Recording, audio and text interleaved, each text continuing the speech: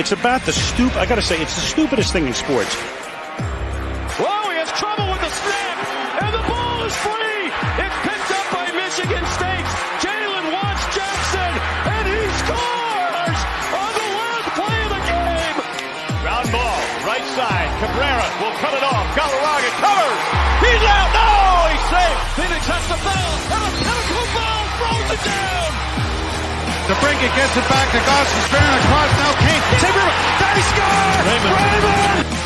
James Bond got to the throw, and it's caught by St. Gray for a first down. This is BS Sports. And we are back. We are back. America's Game of the Week, and it's featuring America's team. Everybody knows who America's team is, of course. It's the Detroit Lions. So it's pretty great that we get to get a small market team like Dallas to be able to be on such a big stage. They're not used to being able to be on a big stage. No. But realistically, right now, looking at ESPN, 56.7% win chance for Detroit going into this game. If you look at just the guys who are out, let me see if it has it here. The inactive list for Detroit. I mean, I don't want to be disrespectful, but it's a lot of nobodies. The only name of note is James Houston, but James Houston really has not done anything for Detroit since 2022. He was hurt all of last year. He has not made the team in any consistent way this year. He had a sack in the preseason. That was basically his contribution to the Detroit Lions post 2022. On the other end of it, though, the Cowboys are going to be without Micah Parsons. Not here. I know they're without Micah Parsons. They're out Caden Carson. I don't even know. DB, I guess. Let me actually see. They give me. Okay, we can just scroll down to the Dallas Cowboys. There we are. They're going to be without Eric Kendricks. No Micah Parsons. No Eric Kendricks. Their defense is going to be decimated. Those two guys not being on their defense, obviously not good. They're already out DeMarcus Lawrence, and they're out Brandon Cooks. It's going to be a day where if the Lions defensively can contain CeeDee Lamb and can avoid Dak Prescott just passing the ball all over them like they let Geno Smith do, I think this could be a shootout for the Lions offensively. Now, it is also dependent upon Jared Goff keeping the ball and not turning the ball over. I don't expect him to have another 18 for 18 game like he did last game. But if the offense is clicking the way it has the past, at this point, 6 quarters, or not 6 quarters exactly, because you had the first half of the Arizona game where the offense was clicking, and in the second half it was not good. But let's say 6 out of the last 8 quarters, if the offense is the way that it is, or the way that it was in those 6 quarters, it could be a pretty brutal day for the Cowboys. And I'm all here for it.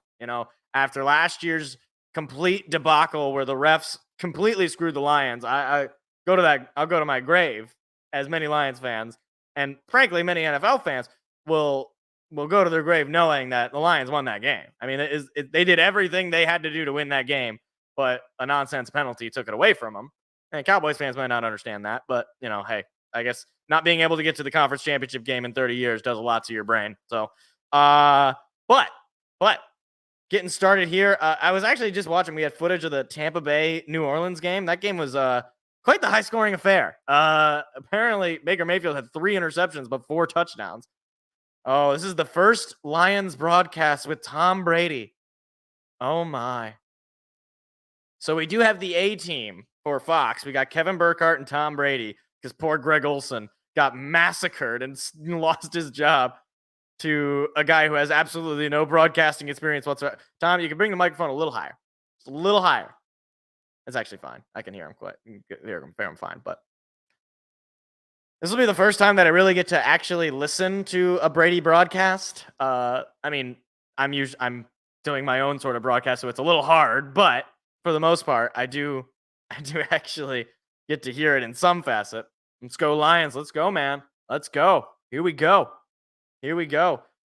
Obviously, AT&T Stadium is packed to the brim. All those Cowboy fans, and hopefully, by the end of the second quarter, it'll be halfway filled.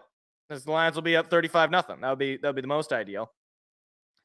I think this game, though, for Detroit has been circled and highlighted and underlined. I think of all the games, I mean, you have the San Fran game. You just had the Seattle game. I think that was another one. I think this is a game that the Lions are hyper-focused, and they've got to be able to deliver on this. I think this is a huge, huge chance to make a stand, to make a statement here. Cowboys defensively have struggled for much of the season.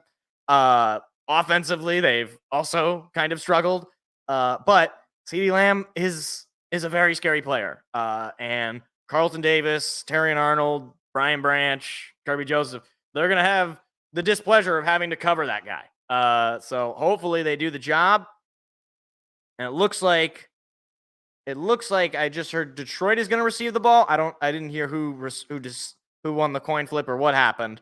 It actually might be the other way around because Jared Goff's sitting on the bench without a helmet. Okay, no, Detroit is going to kick it.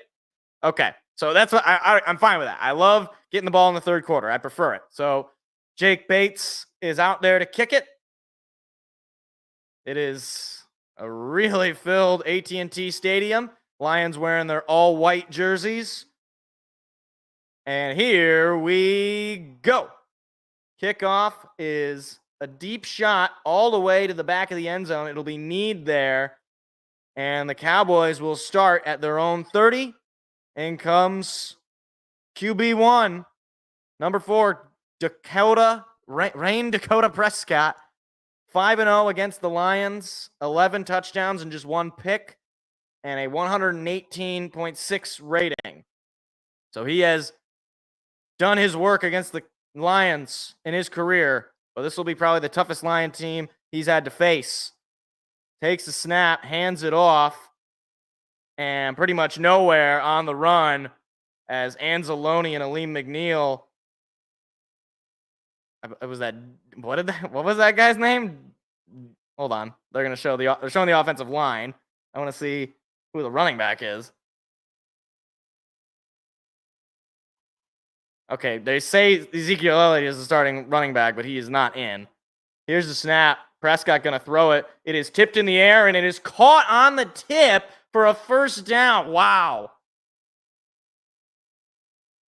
Well, that was a lucky bounce for Dallas. Tipped, and then just right into the hands. Is it Dowell? Is that his name? I can't believe that. So Dallas catches an early break. Here's the snap. Another pass coming from Prescott. Prescott throws it up the middle. This one is caught by CeeDee Lamb one-handed. Breaks his initial tackle. Breaking another tackle and taken down just past the 30. Back-to-back big catch and run from the Cowboys. A couple of broken tackles there. And a one-handed grab as well from CeeDee Lamb. That was not a great throw from Prescott, but CeeDee Lamb just able to just suck that ball in, make the catch. Prescott's in the shotgun. He's got a man to his left. That was Lamb going in motion. They're going to hand it off again and nowhere to go. Oh, my goodness. It's a big tackle there from Amik Robertson. So far, the run game not doing a whole lot for Dallas. Just a couple of rushes. Malcolm Rodriguez apparently is in the linebacker room, along with Jack Campbell and Alex Anzalone. Anzalone, who was out last week, or a couple of weeks ago, I should say, I believe. Another pass coming. Pressure is coming. Prescott gets rid of it on a screen and taken down from behind. Jack Campbell with the tackle. And it'll be third down. Mike McCarthy, head coach of the Cowboys, 45-27 in his 5th year. It'll be 3rd and 6, though. Prescott 3 for 3 in this opening drive for 44 yards. Now, granted, one of those passes on the tip ball. Dowdle with a couple of receptions for 17 yards, but he exited the game on that, or he exited the play after that tackle. That ball is in the air, and it's intercepted. Intercepted by Kirby Joseph. There's a flag on the play, but Kirby Joseph is going to take that out of bounds. And we will see if the play stands with an interception because there is a flag. And they're saying it's going to be on Detroit.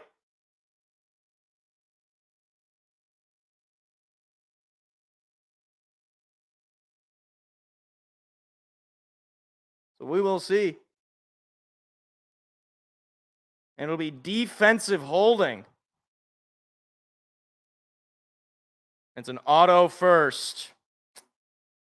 Well, Cowboys catch a break. Thank you, Drift.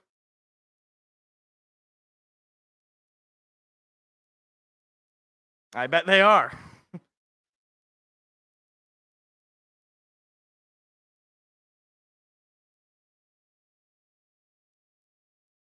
All right, Drift, do you have literally anything better to do? I mean, I know you're 15 years old and you don't have a whole lot of things that you can do with your day, but apparently you got nothing to do. All right, well, that's all right. Hey, look what I can do. Oops, did I do that? Oh my gosh, I can't.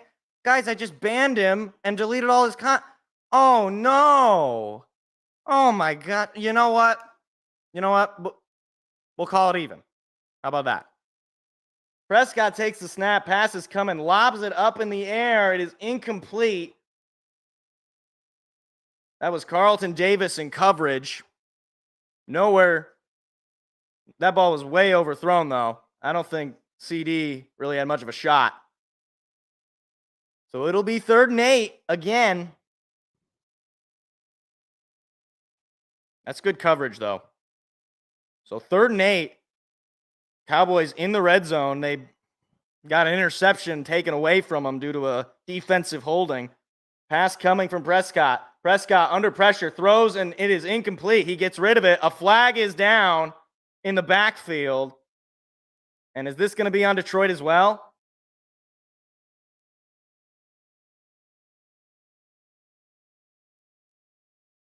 We will see. Could be a hold, and it will be an offensive holding. It'll be declined, so it'll be 4th and 8, and you got to think the field goal unit's going to come out for Dallas.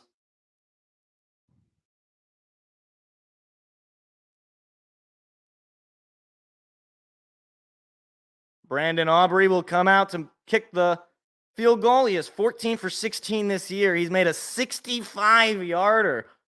He's one of the best kickers in football. 34 yards, though.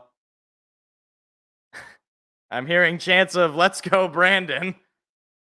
There's a kick, and it is just good. Just able to hook it in on the right side. So the Cowboys are successful on their first drive.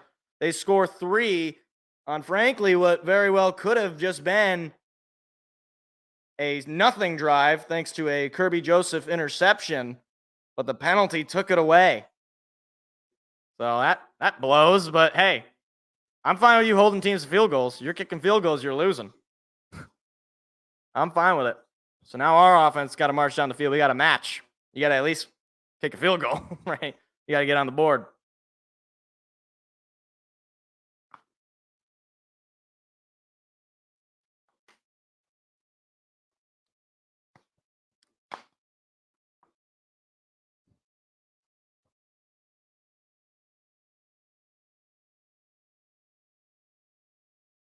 Yeah, I mean, in this comment, this is a few minutes ago at this point. Plenty of Lions fans there. It's hard to see due to the blue color. Yeah, I mean, the other thing is Lions are wearing white, so the uniform, I mean. So I don't know if people are going to be wearing white Lions gear. I don't think it's not a whiteout, obviously, but Dallas loves their whiteouts. So, I mean, hey, maybe we'll get to see them in the 3rd quarter if the Lions are up double digits. Apparently, we're already hearing people chanting, let's go, Brandon. They were chanting for Aubrey, okay? There was no political statement in that. They weren't, come on. They were cheering for Brandon Aubrey, their kicker. It makes perfect sense. They weren't even making a comment. Hold on, I think I have a drop for this, actually. Why? Thank you, Joe. Why?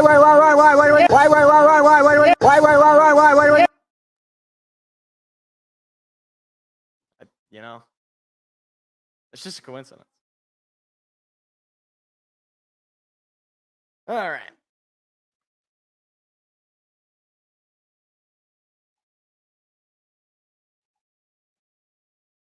I also heard apparently the Buccaneers did end up winning against the Saints. Apparently they dropped 50 points.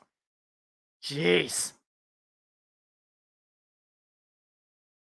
Okay, like if you would have told me at the beginning of the year Nebraska, Indiana, big noon next week would be a good game, I would have thought you were crazy.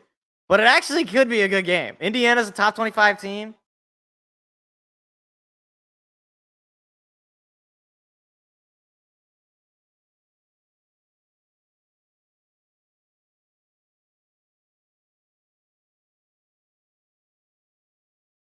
Okay, they're saying it was a good call for defensive holding. It did look like there was some grabbing there, but 9 plays, 54 yards, and just a little over 3.5 minutes down the field for Dallas. Brandon Aubrey will kick it off for the first time today. That's a moonshot that will be need in the end zone for a touchback.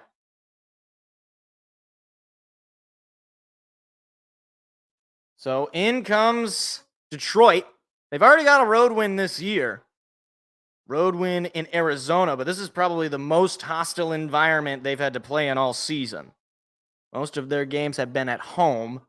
Just the second road trip. Dan Skipper is in. You got to wonder if Detroit is willing to do another big man throw like they did last year.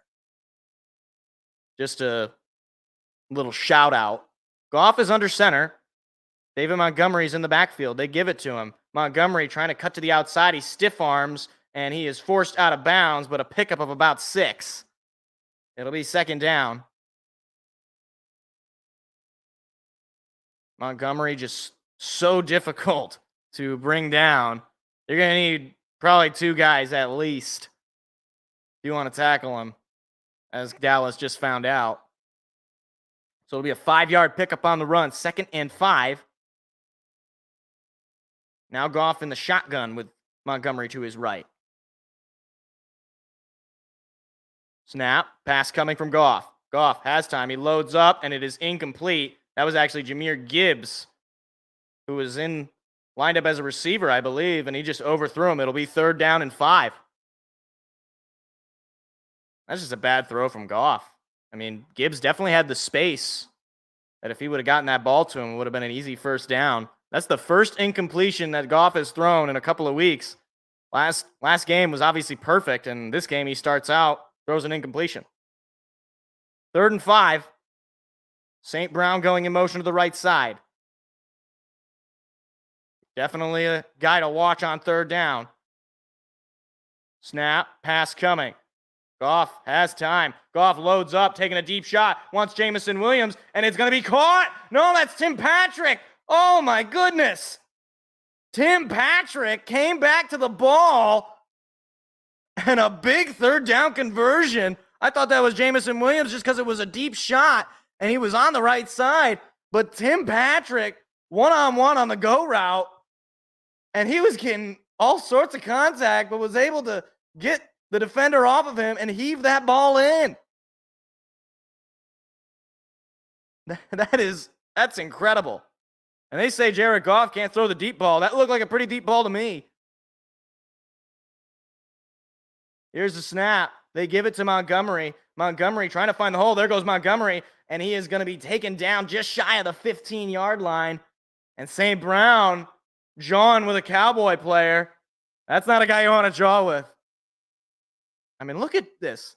Tim Patrick. I mean, some guy off of the practice squad, basically, that we picked up from Denver. And he just had a fantastic play. Just absolutely unreal. So now it'll be 2nd down and 3. Lions in the red zone on their first trip offensively. Goff going now under center. Montgomery is in the backfield. Here's the snap. They give it to Montgomery. Montgomery finds a hole. There goes Montgomery. Stiff arms a man. Montgomery stays on his feet. Still on his feet. Into the end zone. Touchdown. David Montgomery, after getting his big extension, doing a dance in the end zone, and the Lions take the lead. Oh my goodness. David Montgomery, I thought he was going to go down at about the 1, but he is borderline impossible to take down if you're one-on-one. Stiff arms a man, and that still almost tripped up, and then another defender comes in from behind, but he's able to just roll forward and get the touchdown. So the Lions up 6-3, chance to make it 7.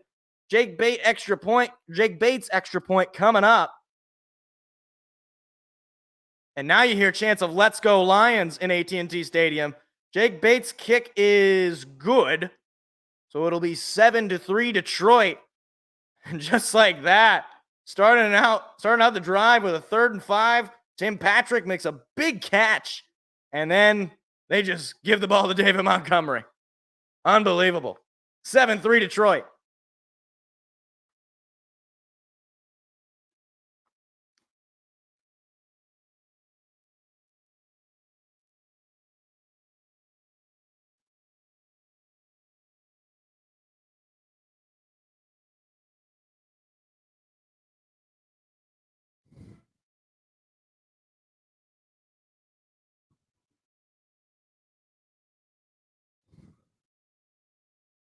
Tim Patrick, man. I mean, what?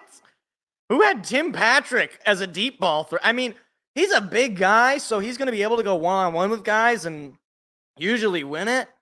But I did not expect Tim Patrick to be the guy to go to on third and 5. I was like, okay, deep ball. This has got to be J-Mo. But no, it was Tim Patrick. Unbelievable, man.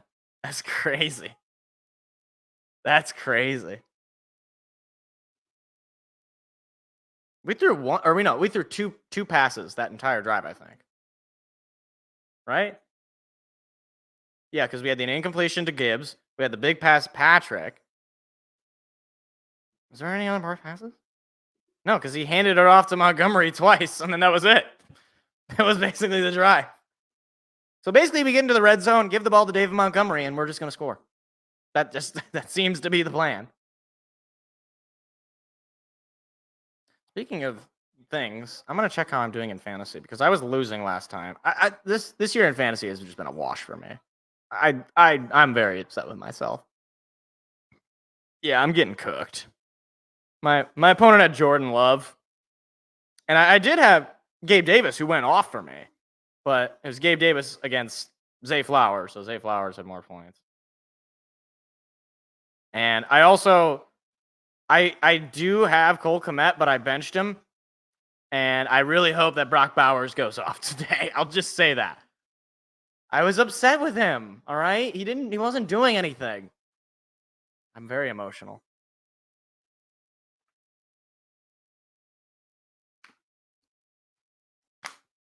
Eighth straight game with a rushing touchdown for David Montgomery. That's the longest streak in team history. That's crazy. Didn't Barry score like 30 touchdowns in a season or something? He never had an 8-game streak? Really? Now I want to look this up. Hold on. What was Barry Sanders' touchdown total? I know he ran for like 2,500 yards. 2,000 yards, not 2,500. Let's relax. I was going to say. He never, let's see. How many touchdowns did he have? What was his most? He had 16 touchdowns in a year one year, and he never had an 8-game. Wow. Wow. That's crazy. That's actually nuts.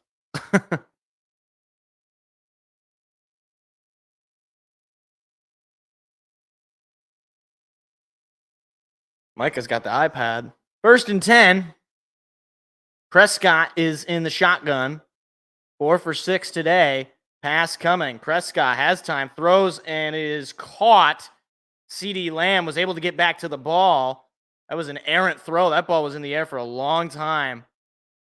Prescott not getting a whole lot of protection from his O-line. Took a hit there after the throw by, is that Pico? Who the heck is that? Now they're going to say it's 2nd and 2 as he caught the ball just short of the sticks. But CeeDee Lamb getting his. Another pass coming. Prescott, throw is deep. He's one-on-one. It is caught. Tolbert over Terrion Arnold. And it's a first down, Dallas. And then some. Terrion Arnold not looking in the right direction. That's not a good play from Terrion. He is looking all over. I don't think he had any idea that the ball was coming his way. So now the Cowboys from the Lion 34. Snap, hand it off, and Aiden Hutchinson said no. It's a gain of just about 2 or 3. But, ay. There's whistles being blown. Is there an injury on the field? Ezekiel Elliott with a carry, by the way. And it looks like Pecco, who just got the hit on Dak Prescott, is down for Detroit. I've never. Does anybody know who Pecco is? Detroit fan, are you still in the chat? Where the heck do we get Pecco from? I've never even seen that man in my entire life. I'm usually pretty in on Lions and my team's players in general. I've never seen Pecco.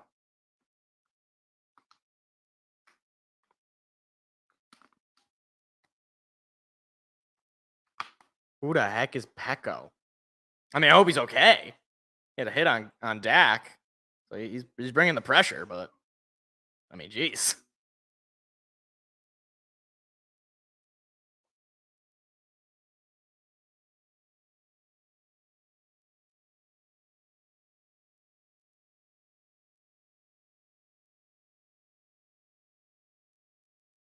Is that Sarah Silverman? No, that's not Sarah Silverman. No, that is Sarah Silverman. Isn't it? In this Crest commercial, is that Sarah Silverman? I don't know if it is. Let's win this. That's right. That's right. Hey, Armenian man, do you know who Pecco is? Because apparently he just got hurt for Detroit. I've never heard of Pecco. Do you know who he is? How did we get him?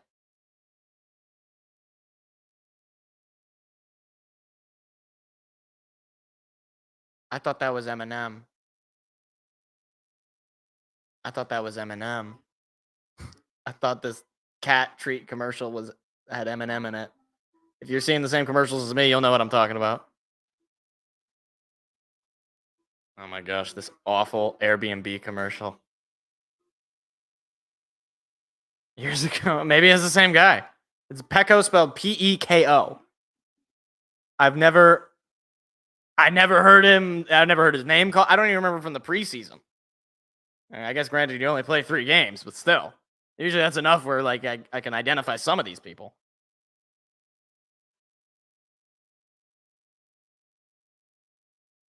How many more of these London games are there? Is this the last one? You got Jags Patriots next Sunday morning. This will be the third London game. Oh, Pecco's going under the tent. So it'll be 2nd and 7 for the Cowboys. Dak is under center.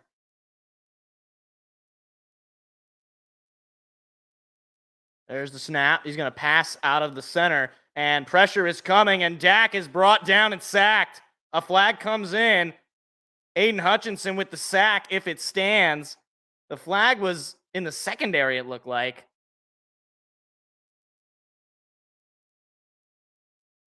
We'll see what it is. Hopefully a sack doesn't get taken away. And it'll be another defensive holding. So a sack taken away, and it's an auto first. Jack Campbell is called. Jeez. 2nd defensive holding this quarter. Yeah, that's holding. I mean, that's going to get called all the time. I got nothing to say about that. And they're going to hand it off, and again, really no room to run. It'll be a pickup of maybe 1 or 2. Ezekiel Elliott with the carry. But that's a couple of big plays defensively for Detroit taken away because of a holding call. You had the interception taken away, And now you have a sack taken away. But it's 2nd and 8. So you're back where you started, albeit a couple of yards or a few yards here gained. And another run goes for a pickup of just about 2 or 3. It'll be 3rd down and manageable for Dallas. Ezekiel Elliott again with the carry. So they're saying, I thought I just heard 3rd and 5, but the broadcast is showing 3rd and 6. Just 10 rushing yards for Dallas and their second offensive drive, but they are certainly in scoring range. Dak is all alone in the shotgun. Pass is almost certainly coming. 6 for 8 for 80 yards. Snap, pass coming. Dak, throw is caught by, who is that? Devontae Turpin for a first down. And again, Lions secondary unable to get a critical stop. That was Amik Robertson who just got beat and made the tackle. Or Kevontae Turpin. I think I said Devontae. Here's the snap. Another handoff. And from behind, Josh Paschal just can't, I don't know how he even got to the back, but he's stuffed. That's got to be either 2nd and 11 or 2nd and 10. It's going to be 2nd and 11, a loss of 1. 46% red zone offense this season for the Cowboys. 22nd in the league. Prescott, pass coming. Prescott throws, man open, broken tackle. No, not a broken tackle. Ferguson makes the catch, but I believe Amik Robertson, yes, that was Amik Robertson, makes a tackle. I thought he got beat, but he is able to just trip up and hold on to that one leg of Ferguson's. So now it'll be 3rd and 5. Just past the 10 of Detroit are the Cowboys trying to reclaim a lead.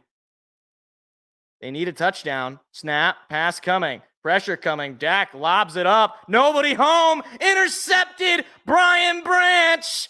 Oh, what a bad pass from Dak. I don't know who he was looking for, but Brian Branch was the only player in the area. And the Lions get their first interception officially of the day. Brian Branch, welcome back, son. That's a huge turnover. Dan Campbell loves it. 7-3 Detroit. 4:34 to go in the opening quarter. They got the ball back. Woo! Love to see that.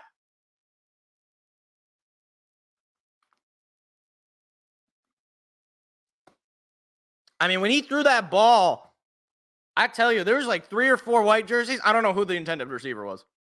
I really don't know. And this is not just me being a homer here.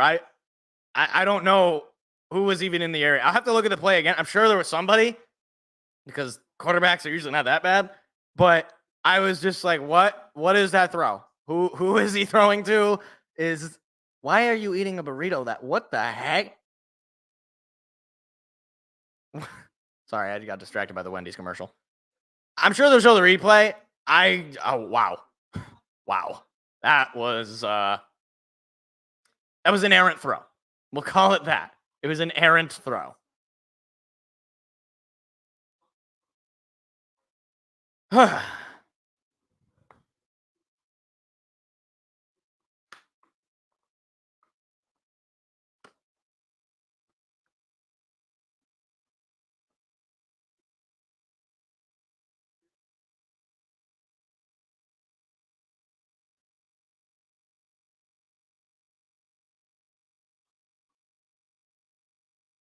All right. Now, I want to march down the field and score a touchdown. I want to send these. I want to hear boos from the Cowboys fans. That's what I want to hear.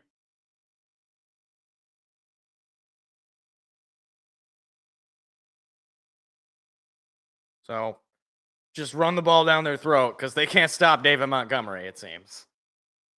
I know we've only had the one drive, but I think Demo certainly, after getting paid, because Demo got extended. I don't even know if I mentioned that. David Montgomery gets an extension with Detroit. All right, here's the play. All right. This is not a particularly good angle because all I just see is Dak. Okay, here we go. Let's see.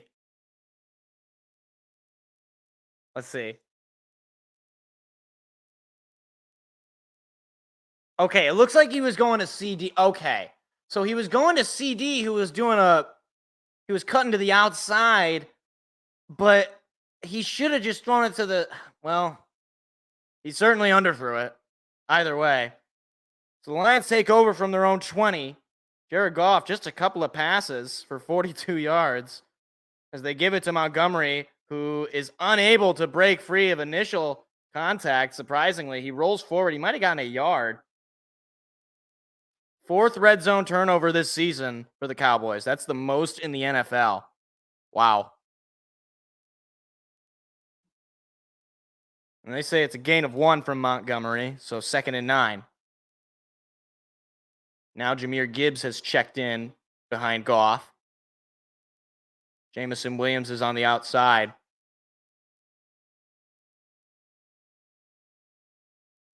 There's the snap.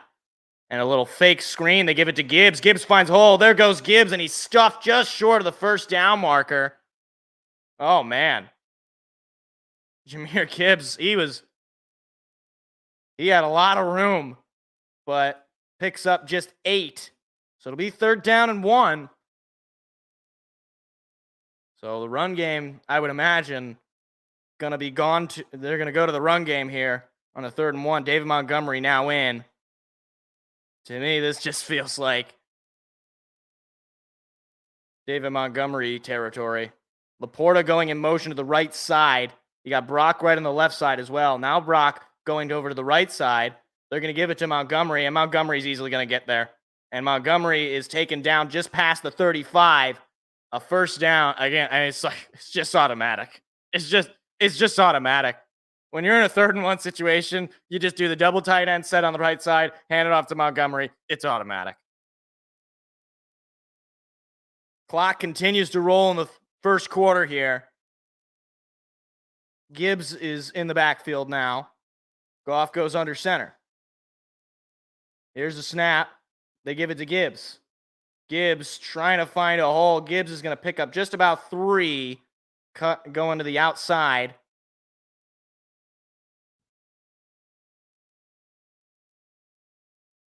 Goff has thrown the ball just twice, by the way. I pointed that out at the start of this drive. He's got just the 1 completion to Tim Patrick. There's only even been just 2, he could have gone 2 for 2. He just completely missed Jahmyr Gibbs there. But it's been 7 rushes has been the play calling for Detroit. Gibbs under center. Snap. Handoff. Gibbs finds a hole. There goes Gibbs past midfield into Cowboy territory. 1st down Detroit. And this feels like the game plan is just going to be run, and oh yeah, run.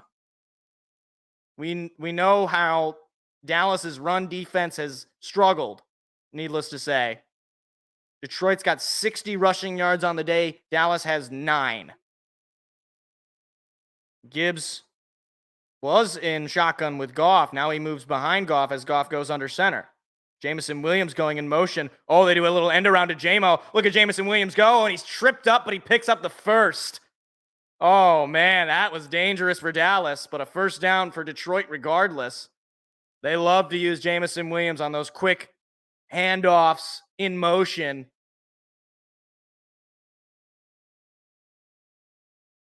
And J-Mo, who is the leading receiver for Detroit this season, can also be a threat in the run game. Ball now at the Dallas 37.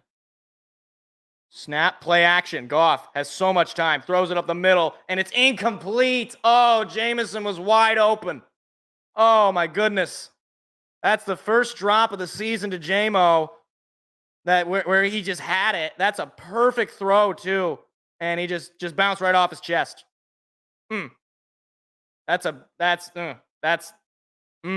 If he catches that ball, good shot, he takes it to the house.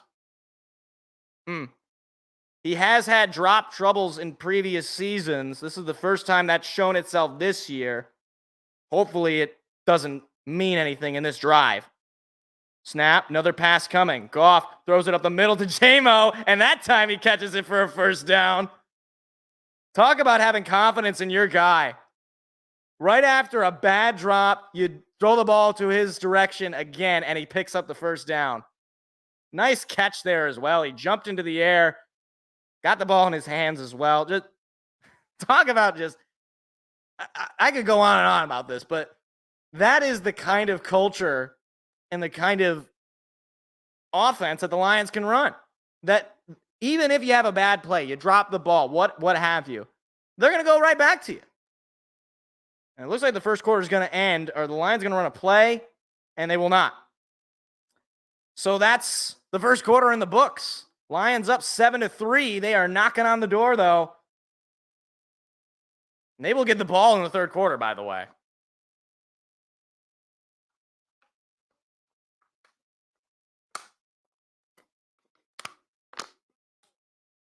Is that Arnold?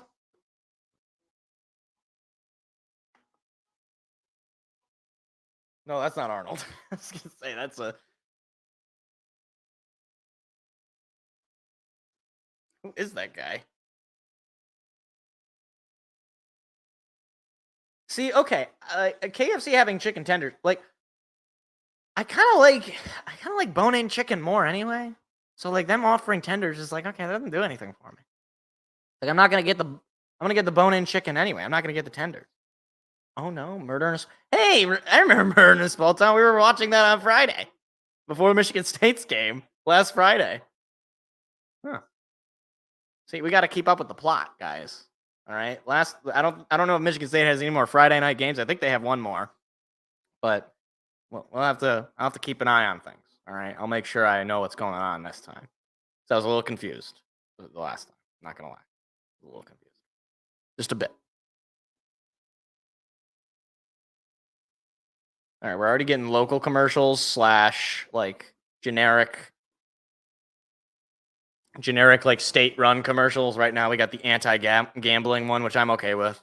Although honestly, I'm at least as annoyed at the anti-gambling ads as I am the gambling ads, because I just don't want any of it. Just get rid of all of it. No more. Quote a wise man. Hold on, where is it? No more. No more.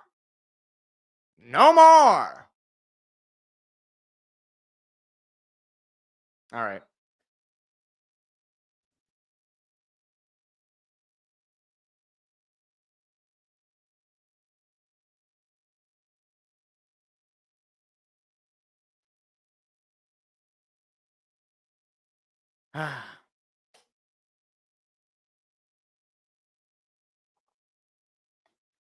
Oh, man.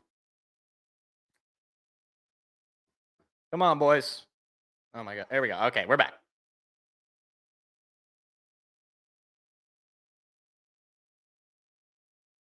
Wow.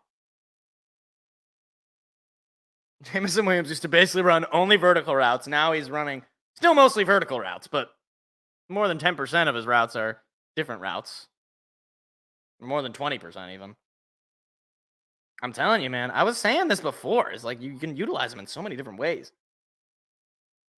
Goff is in the shotgun. I believe that's Montgomery with him in the backfield. Snap, pass coming.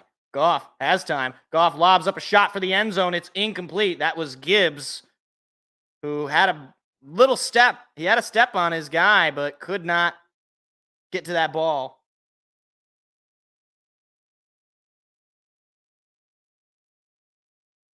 And that was actually Gibbs that was lined up in the shotgun with Jared Goff.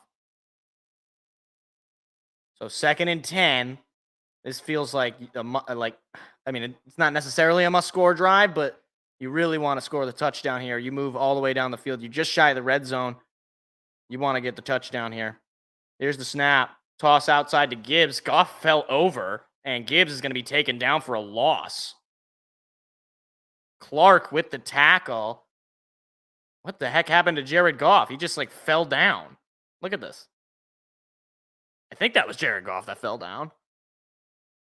Yeah, he just, fell down. And Clark just easily makes the tackle. So now it's going to be 3rd and long. Detroit's going to need a big play. They're now at the Dallas 25. They are 2 for 2 on third downs today. Jahmyr Gibbs going in motion. Here's the snap. Fakes. No, they do give it to Gibbs. Gibbs looking for a hole. There's nowhere to go. He's going to pick up just 2. And it'll be 4th down and long, and the field goal unit's got to come out. I don't really know what that play was supposed to look like. I think they were trying to just run a little trick play to catch them off guard, but Dallas's defense had another thing coming. So it'll be 4th and 10. Jake Bates will come out, try to give Detroit a 7-point lead.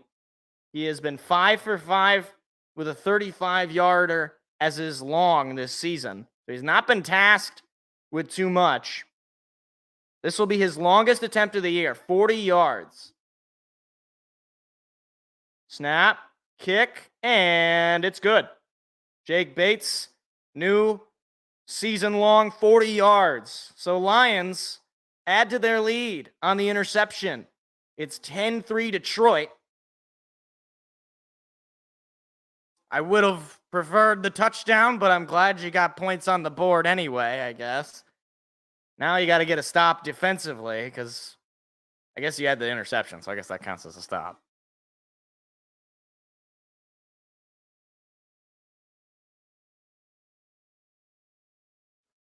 Oh, they're showing the race for, I guess, Indy cars. Wow. The Grand Prix of Arlington. Huh. I don't know anything about Indy cars, so I have no real interest. It was kind of cool, I guess. They're just racing in the streets. Jarrah!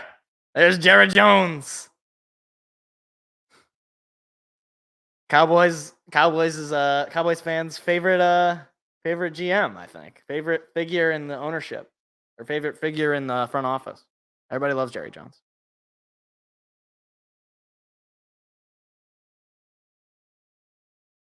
You do wonder, though, that drop catch from Jameson. I mean, you don't know if it would have gone for a touchdown, but he had a lot of space, and we've seen him just juke out defenders with his speed. But it's a Jake Bates field goal, and Jake Bates kicks that one off. Jeez, he could have made that field goal nearly. Goes to the back of the end zone for a touchback. Here comes Dak Prescott.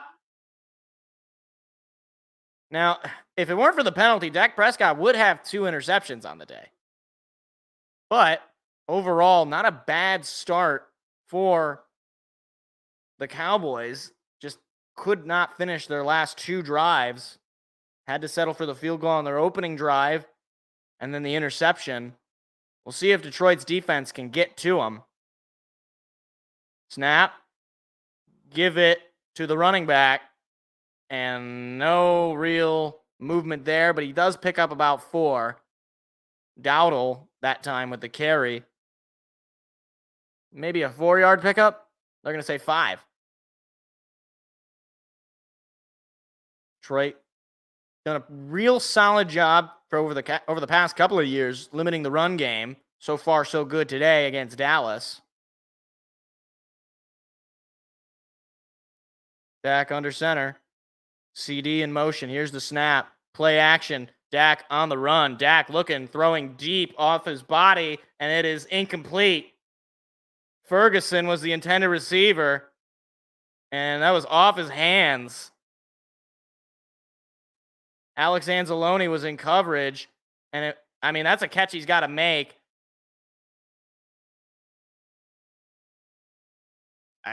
Dak threw against his body, and it was a pretty accurate throw. I got nervous for him when he threw against his body.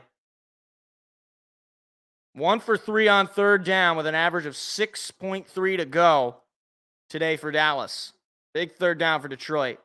Snap, another pass coming. Dak throwing middle, nearly intercepted again. Anzalone tipped it, and Brooks couldn't come up with it. And it'll be 4th down.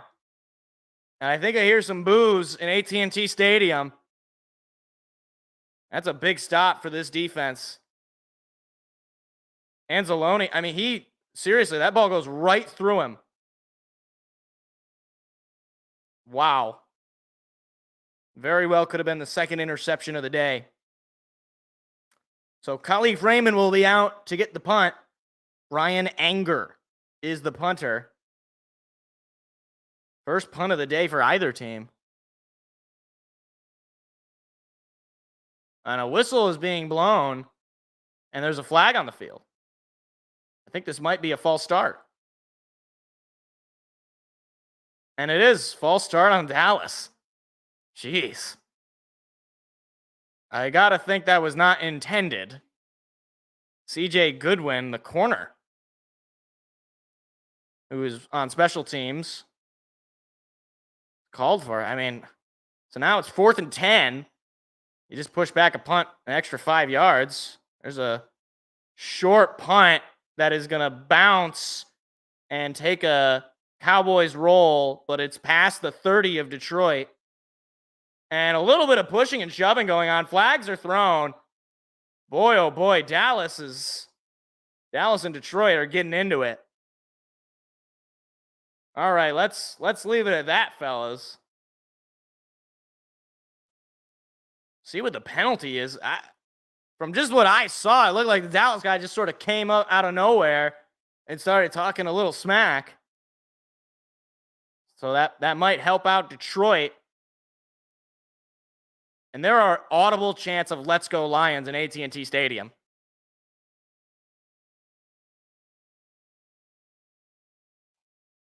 And it sounds like it'll be against Dallas. Or just from the signal.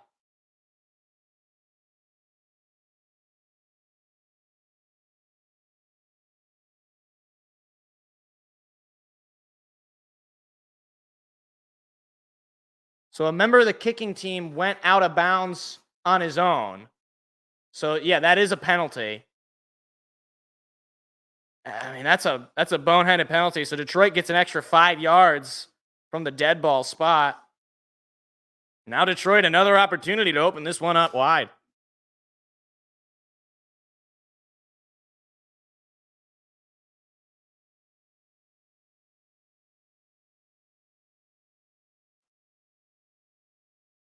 I don't know why the ban on that guy lifted. I figured the ban would be permanent. I don't really know how moderation on YouTube works.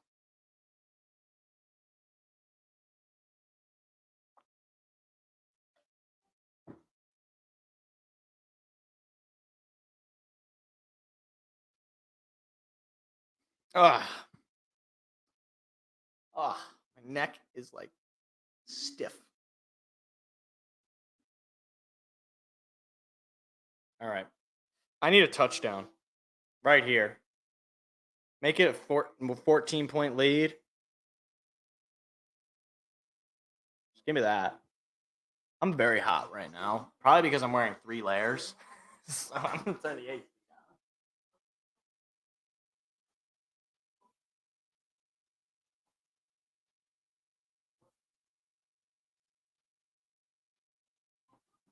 I'm wearing a t-shirt, a hoodie, and then the jersey. Because it was cold.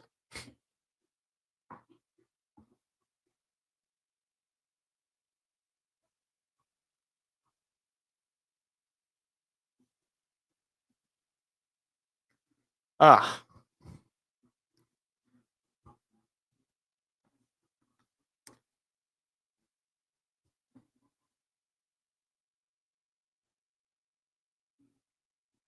Brutal Browns offensive stat.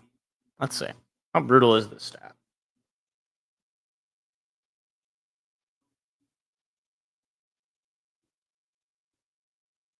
Browns have now become the first team in 10 years to score under 20 points in each of the first 6 games of the season.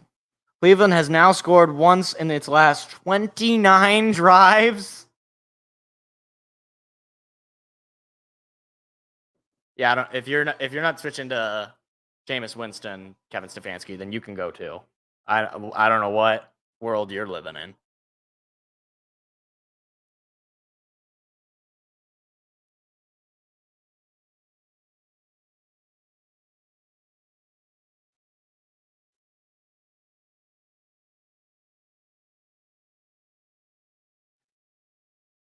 So 12 and a half to go. Dan Campbell, with a win today, would actually give himself a winning record as the head coach. He's 27-27-1. So that would give this win today would put him in a winning record, which is crazy given his 3-13-1 start. Snap. Goff pass coming. Goff has some time, throws it. It is incomplete. He had Brock Wright in stride, and he just couldn't get it to him. He would have been wide open. Goff, unfortunately, not particularly hitting some of his guys on these big plays. He's 3 for 7 with 60 yards. But needs to be a little more consistent on some of these plays. Just not getting the ball near some of his receivers. We'll see if he can make up for it. 60 yards in the air for Detroit. Another pass coming from Goff. He's got so much time. He's going to throw it to St. Brown. St. Brown going to pick up the first down after the catch. First catch of the day for Amon-Ra. First of many, I would imagine. And he's easily able to separate from any defender and then puts on the speed to pick up the first.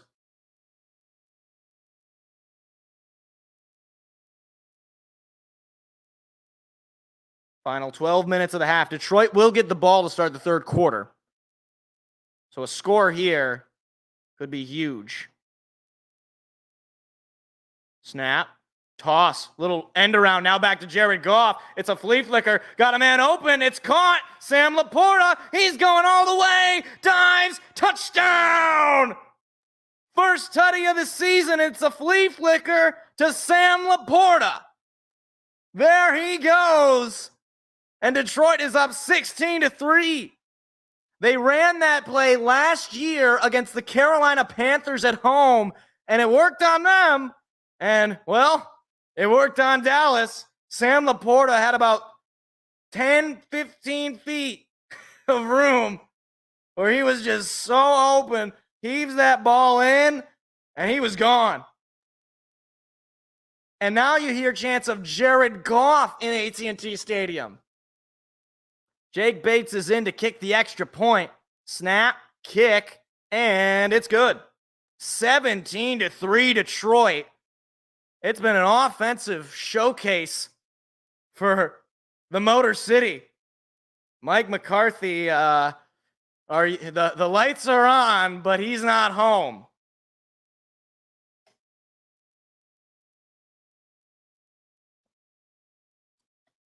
Detroit is now just 3 points away from matching the amount they scored last year against Dallas, just the 20 points. Oh, wow. NFL just sent me that. It was a 52-yard touchdown from Jared Goff. My dad just texted me, trickery!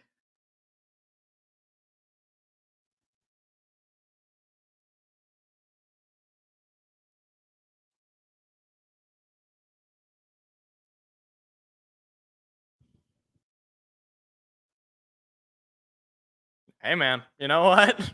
If it ain't broke, don't fix it.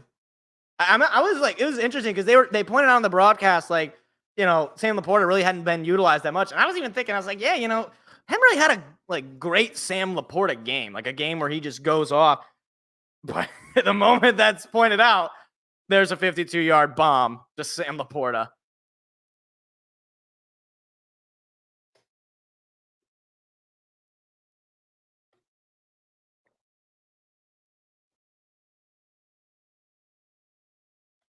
Oh my gosh. They're doing it's the timeout for hate commercial.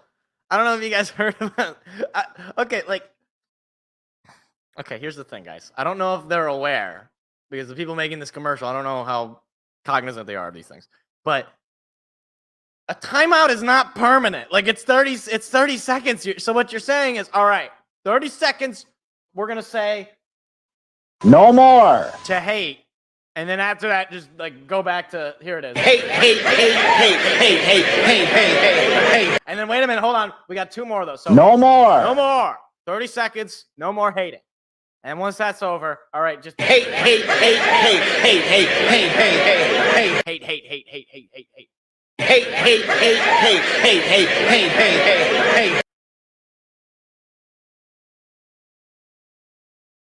It's really ridiculous. DeMarcus, please.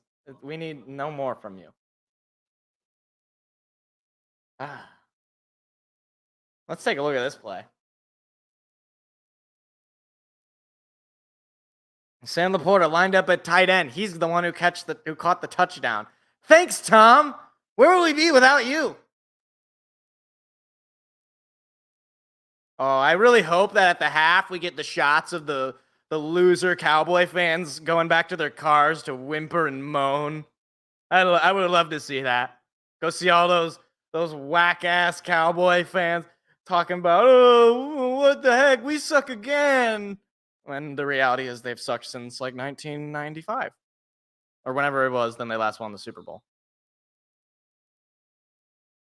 And they would have lost to Detroit if they didn't have the refs bail them out last year. So, hey, who's keeping track? Just me, just little homie.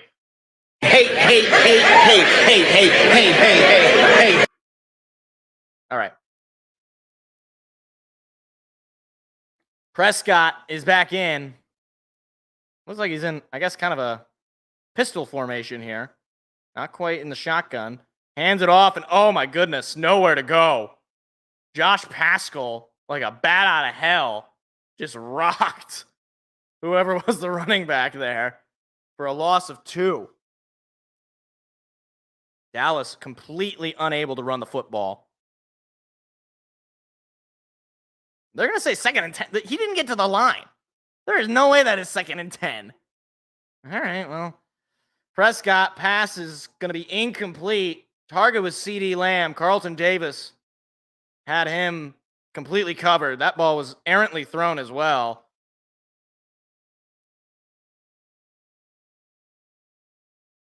So it'll be 3rd and 10. Another chance for the Lions to force a 3-and-out on Dallas.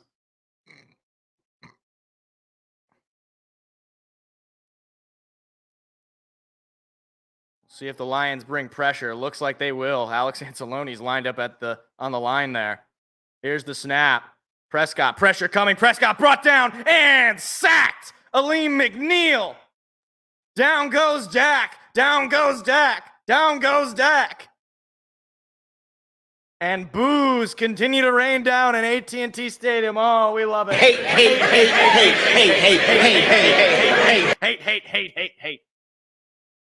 Aleem McNeil was pretty much looked completely unblocked. And Dak Prescott. Sorry, I get them confused because they're basically the same person. He's not having a great day. Anger is out to punt it for the Cowboys. There's the snap, and there is the punt. And that one is much, much deeper. Khalif Raymond going to take it out from about the 25, and he is going to be chopped up at the 30. So the Lions will get the ball back again. Defensively, they have shut down Dallas so far in this first half, and now they got a chance. Oh, that poor little kid. Oh, that poor little boy. It's child abuse to make your kid a Cowboy fan. That's if I were the president, if I were the king of the world, I would send Child Protective Services to get that boy to be a fan of a real team. Not some charlatans in Dallas that pretend they actually take football seriously when they haven't taken football seriously since before George Bush was president. Just let it be known that the World Trade Centers were up and standing the last time the Cowboys took football seriously. Was that insensitive? Potentially.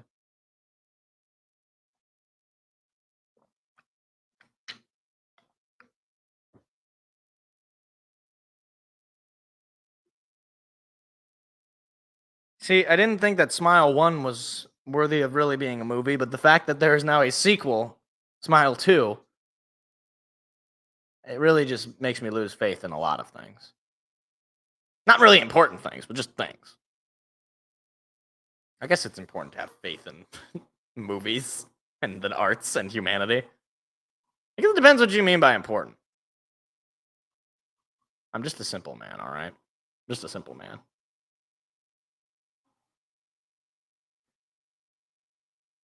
Ooh. Oh, a little Super Bowl rematch next week. Chiefs-Niners. Wow. That should be a good game. I got the Chiefs, though.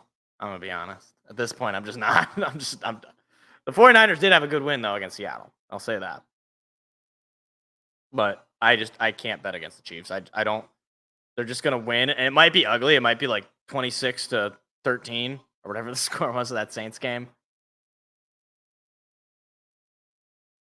Also, anybody see Deion Sanders lose another big game? Wow. It's almost like he's a total charlatan who's bailed out by the talent and doesn't actually know what he's doing as far as coaching. I'm sure he'll beat Arizona. I'd be shocked if he doesn't manage to beat Arizona. Although if he does lose to Arizona, I will be ecstatic. I will be on cloud 9 as a supreme hater of Deion Sanders. I'm living in the best timeline right now. But he beat UCF.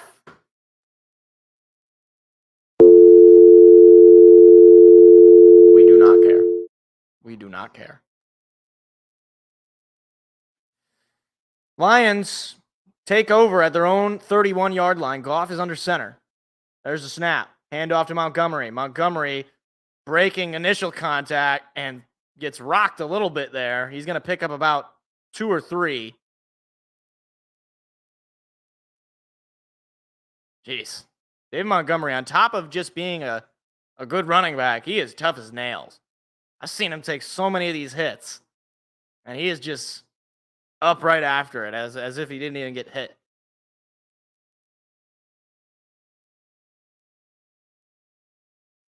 Second and 7. Another snap. They give it to Montgomery again. Montgomery cuts to the outside. There goes Montgomery. First down. Montgomery staying on his feet past the 45. Montgomery still on his feet. Oh, my goodness. David Montgomery. Can anybody tackle this guy? Jeez Louise. Let's see. 1, and then 2, and then 3, and then number 4. And, like, seriously. 1, 2, 3, 4. Jeez. Into Cowboy territory. 7 carries for 56 yards and a touchdown. Here's the snap. Play action. Goff, pressure coming, throws it to St. Brown, who's got a lot of space to run. Look at St. Brown go. Breaking tackles. St. Brown sliding down just past the 35. Yeah, for real. For real, Andrew. Montgomery's out here trying to get another contract. Montgomery's like, okay, you signed me for 2 years. I want 10. I don't know why Dallas is scheming up a defense that leaves Amon-Ra St. Brown wide open like that. That's just stupid. Couple of catches for him, 27 yards. Lions moving down the field without a whole lot of effort. Play action again. Goff has plenty of time. Now Goff under some pressure. Goff going to run. Goff finds a little hole. He's going to pick up a couple. I think for a moment I thought I was going to see mobile Goff. But unfortunately, nobody could get open. But it's a pickup of 2 yards. So you'll take that. And the clock continues to roll. Need I remind people, the Lions get the ball back in the third quarter. This game could be over in the third quarter. I'm just... And you know what? I'm here for it. I'm here for the Cowboys to... I'm telling you, if the Lions win this game, I'm going to scream. I'm going to scream as loud as I have ever screamed. And I've screamed pretty loud on these.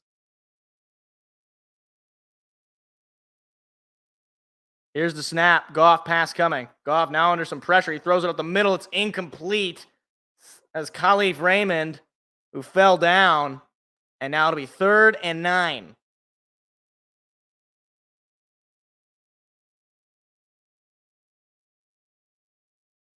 That was not a great throw. He's lucky that that ball ended up on the ground because that could have ended up in a blue jersey. See if Lions got something dialed up on 3rd and 9. Goff is all by himself in the shotgun, but a pressure. Cowboys are showing pressure. Here's the snap. Little quick toss over to Khalif Raymond looking for a block. Khalif Raymond is going to be just short. Oh, man.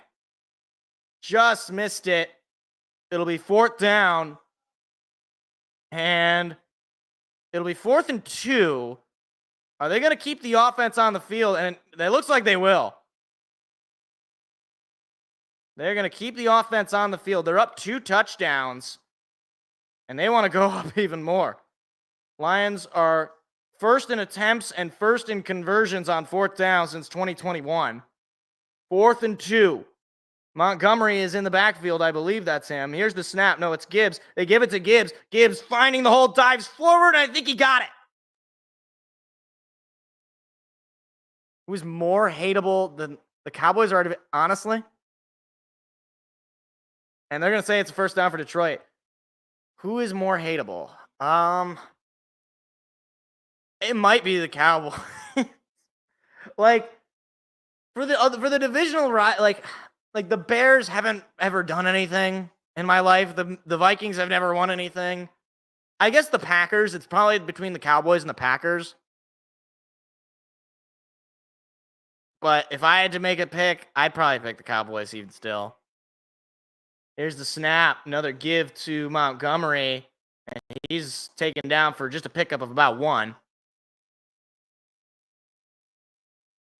The Lions trying to have this drive basically, maybe not entirely be, but basically be the last drive of the half. Although you got 5.5 minutes and still all 3 TOs. But running the football, letting the clock roll, just giving Dallas as little time offensively to do much of anything. 92 yards on the ground for Detroit. Dallas has just 14. Snap.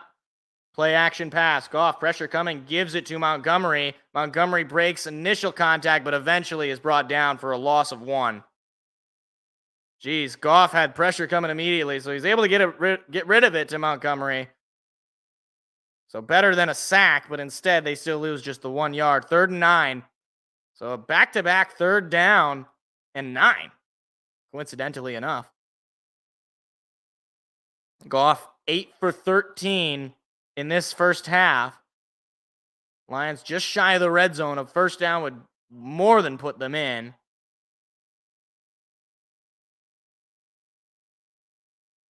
Laporta in motion. Snap. Pass coming. Pressure coming. Goff is sacked.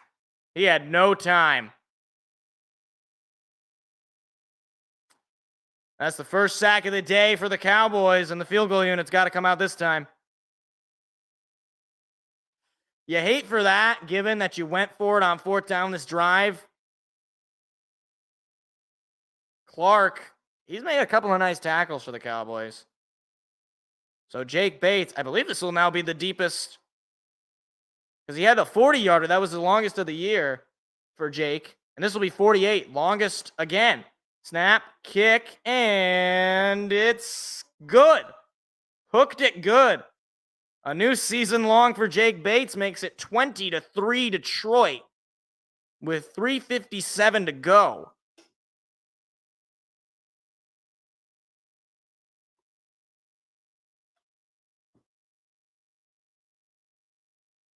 All right. You know what? It's points. We scored on every single one of our drives. So, makes it a 17-point lead for Detroit. Oh, my.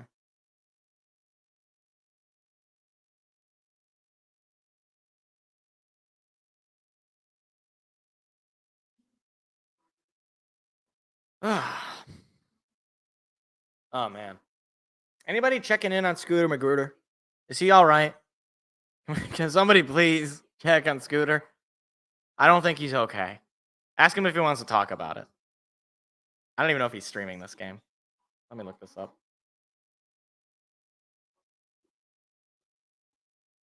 Oh, he is. Somebody please check in on Scooter. Somebody please make sure he's okay.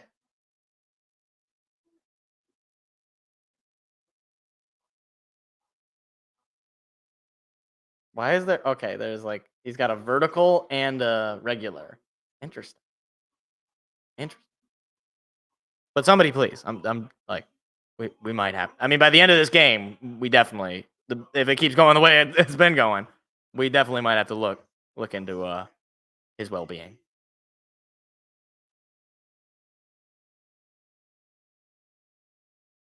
What?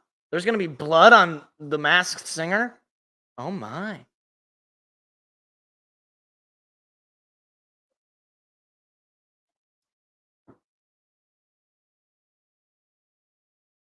Okay, so, like, here's the thing with The Masked Singer. So, like, the whole thing is, like, okay, you're supposed to guess who it is, right? But, like, it seems to me that they, like, advertise the masks, like, the costumes themselves more than, like, the potential celebrity people. I don't understand. I don't know who watches that show. Somebody has to, presumably. Micah Parsons is on iPad duty.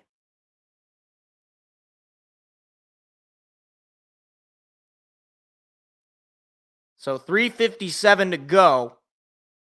Assuming that Detroit rather, gets a quick stop. With all 3 timeouts, certainly no like reason why they can't add to this. And their defense back-to-back drives of 3 and out, or back-to-back stops of 3 and out. Dallas takes a knee in the end zone. Look at all those parked cars at AT&T Stadium. I wonder what it's going to look like at the end of the third quarter. See, I don't get that. I mean, I guess I've never been to a game where it's a total blowout. But my thinking is, like, you pay for the ticket for the whole game.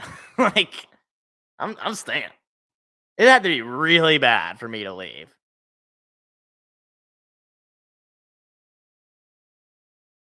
Here's the snap. Dak, pass coming. Dak throws a little screen and really nowhere to go. A gain of just about 3.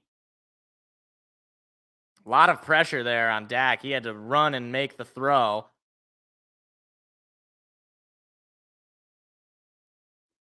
Just over 100 yards passing for Dak, 9 for 15. And actually, it's a 4-yard pickup. I thought it was a little less. Dak under center moves CD to the right side.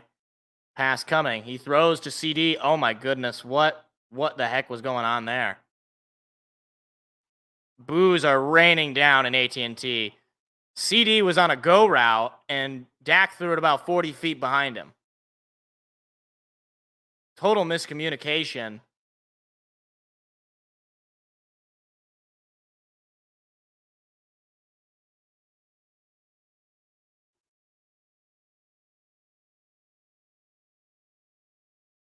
So it'll be 3rd and 6. 7 targets for CD Lamb, by the way. 3 catches. That's a third of the receptions for Prescott.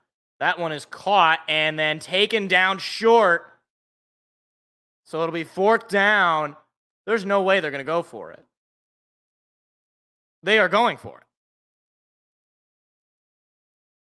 Oh my goodness. If they don't get this, it is 4th and 2, well in their own territory.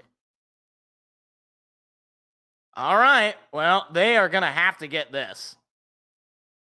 They are 2 for 2 from 4th downs of 1 to 3 yards. So you like their odds.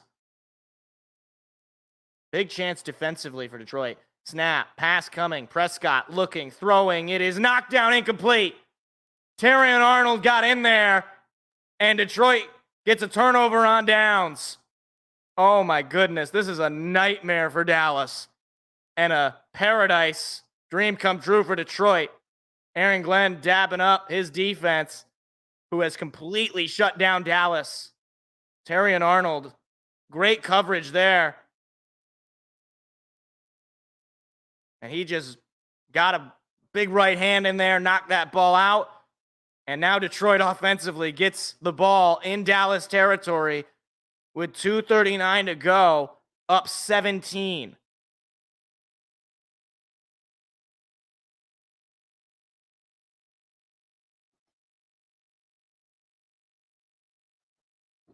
Goff under center. Snap. Giving it to Gibbs. He's taken down for a loss. Immediately taken down. Jeez. Now, you got to think this is just going to go to the 2-minute warning. Detroit wants this to be the last possession of the half. But unfortunately, it'll be 2nd and 13.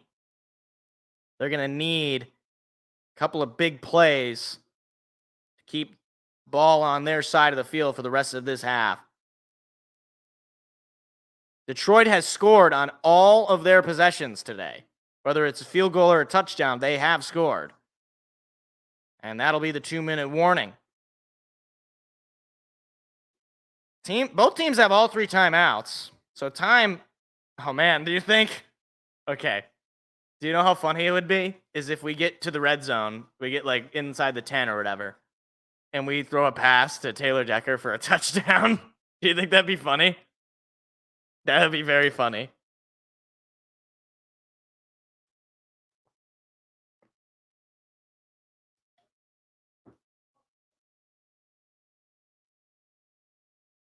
Oh, they're making a Bob Dylan movie?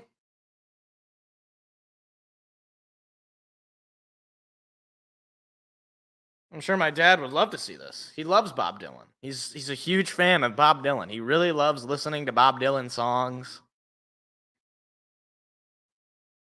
If you can't detect sarcasm, my father does not like Bob Dylan. What is it with like the only movies of note that I even have any interest in seeing nowadays are like remakes / I guess sequel type movies. Those movies I guess I might have some interest in. Or like these biopics about famous people that I already have some vague interest in. It's like I can't think of like a original movie. I mean, I'm sure there's some. I just can't really think of them. Like just an original movie that it's like, oh, I gotta go see this. Like it's a cool looking idea. I want to say it was George Lucas who said like those ideas get basically just slammed because it's like it's a movie making or it's a money movie making. Of course, it's a movie. It's a money making business, as all businesses are, and those kind of movies typically aren't going to make money, or at least they're riskier, which I guess makes sense. I'd have to like go down the list of like popular movies by year, like movies that people went to see, and like, are any of these new? Like original new, as in like no remake, no adaptation, nothing of the sorts.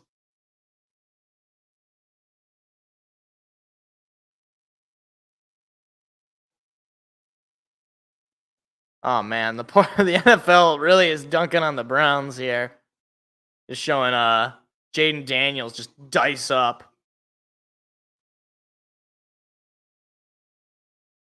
Dice up Cleveland.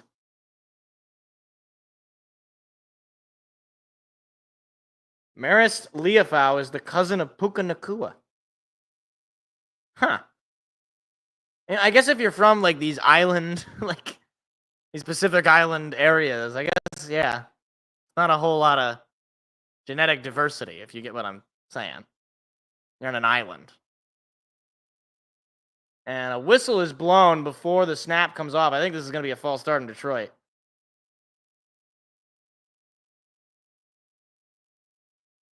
Oh, no, it's going to be encroachment on Dallas. Oh. Okay. Whoa. The Polynesian Bowl. That is quite the picture. Puka Nacua and the other guy. That hair, man. That hair is so glorious. It's like a mane. Those Polynesians, they got great hair. I got to give it to them.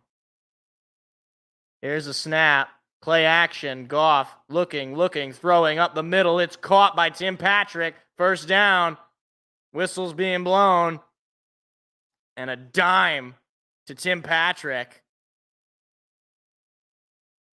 Goff has so much time. Obviously, they got the one sack on the day, but he's got just so much time to find a guy. And, I mean, there's just so many options. Tim Patrick starting to become one of those guys. Just big pickup there. Detroit in the red zone again. Chance to just dial this in. Here's the snap. Giving it to Gibbs. Gibbs is just going to pick up about 5 or 6. Clock continues to roll here for Detroit.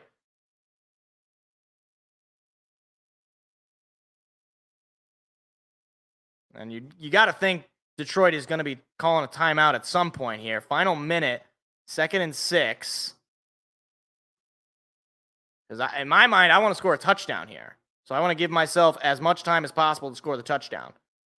Goff, snap, pass coming. Goff throws, middle, caught. St. Brown, first down. And now I think you got to call TO. And it sounded like there were whistles being blown. I think that was a Detroit timeout. Timeout was called by somebody. Okay, I guess I won't get to see who called the timeout because they switched to the Verizon halftime thingamabob.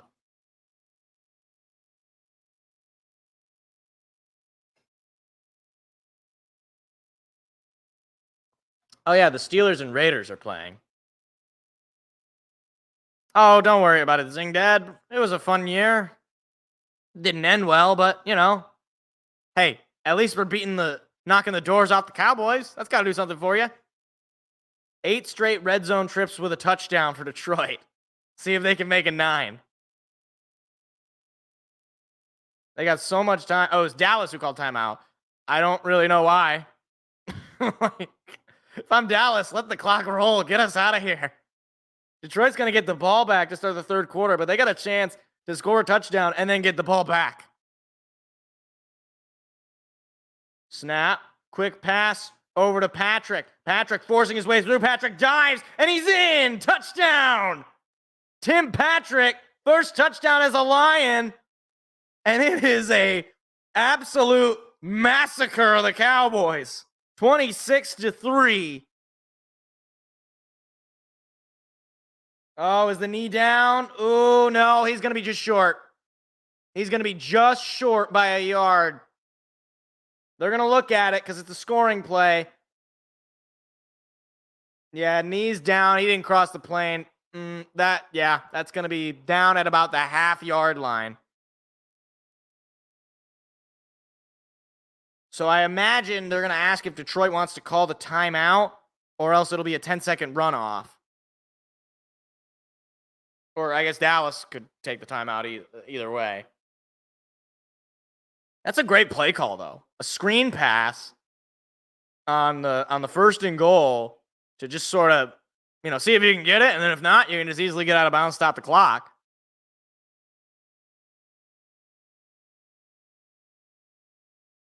Poor Tim Patrick. He knew it was coming. So his call is reversed. It's going to be just short. So he will still be looking for his first touchdown as a Lion. Talking to Alex Anzalone about it. If he keeps playing the way he's playing, I don't think it'll be long until we see a Tim Patrick touchdown. So now Detroit, it looks like Dallas elected to call the timeout to avoid the 10-second runoff. So it'll be 39 seconds to go in the half. And Ezekiel Elliott, the running back for Dallas, just watching, powerless. And it looks like Taylor Decker is talking to the referee. It looks like him and Dan Skipper were talking to the referee. I think we might see that play. I just heard 68 is eligible. Hold on. Hold your breath.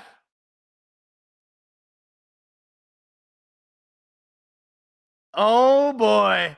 All right, let's see what happens. They could be doing this just to mess with the Cowboys. We've seen Dan Skipper be eligible a couple of times before and they don't throw it to him, but you got to think this game it being against Dallas. Let's see what they do. Snap. They hand it to Montgomery. He dives in. Touchdown. David Montgomery, touchdown number 2. 26-3, Detroit. And Jerry Jones just looking on as his bum-ass team is getting its doors knocked down. Absolute beatdown. And Detroit, or Dallas, for the small price of giving up a touchdown to Detroit, their prize is they got to give the ball back to Detroit to start the third quarter. Jake Bates is out to kick the extra point. And there are a chance of Let's Go Lions in AT&T Stadium. Here's the snap, the kick, and it's just good. Jake Bates nearly missed the extra point. So it is 27-3. 36 seconds to go in the half.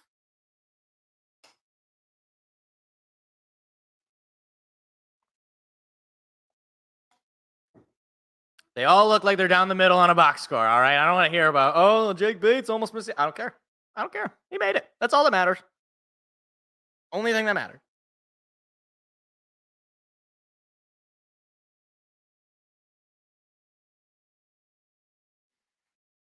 Oh, the only thing that would make this even better is if Aiden Hutchinson gets a strip sack and scores. That would make this even better. If Dak Romo shows his ass, being the overrated quarterback that he is. Scored on all 5 possessions. They should have fired him after last year's debacle, but to be honest with you, they very well could.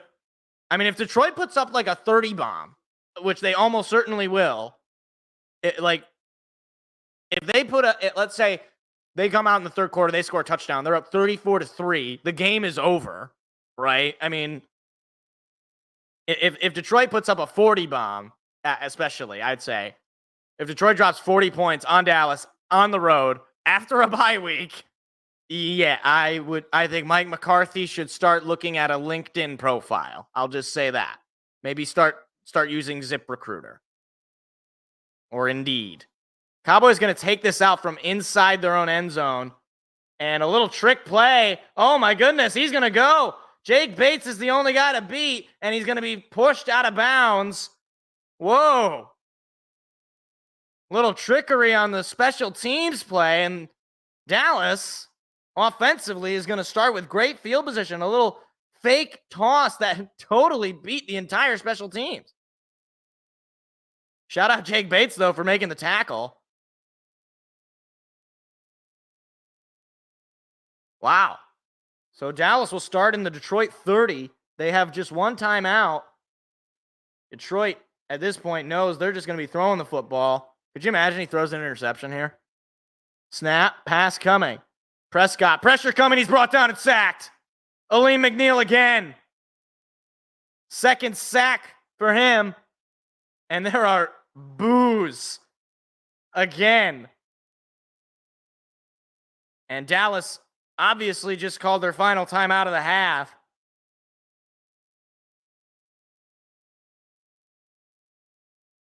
Aiden Hutchinson was also coming there from the opposite side. Oh, man, if they put up a 50 burger thing, Dad, you would have to check on Scooter. We would need visible and audible confirmation that Scooter Magruder is okay. That's all I'm saying. And ask him if he wants to talk about it.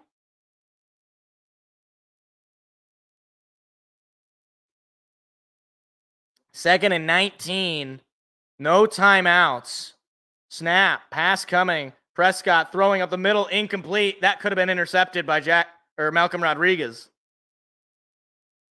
Oh, my goodness. Boos are deafening in AT&T Stadium. You just hate to see it. You just hate to see it. America's game of the week. See, this just shows me that the Cowboys aren't America's team. It's the Lions. The Lions are America's team. I don't know why these dummy Cowboy fans seem to think that they're America's team. Their own fans don't even like them. Dak Prescott, pass coming. This one is caught by CeeDee Lamb, who breaks initial contact and runs out of bounds to stop the clock. 12 seconds to go, but it'll be 4th down. Now, are they just going to bring out Brandon Aubrey to kick the field goal? And they will. And obviously, you got to get some points on the board. And it's a 4th and 11 situation. Let it be known, Dallas hasn't gotten a first down since their second drive of the game. And their chance again of let's go, Brandon. Why? I don't know if they're talking about that guy. They might be. Why? Kick is up and away from Aubrey, and it's good. 47 yards makes it 27-6 with 8 seconds to go in the second quarter.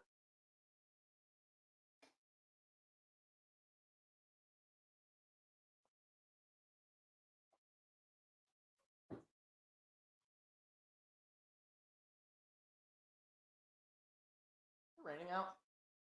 Yeah, it looks like it.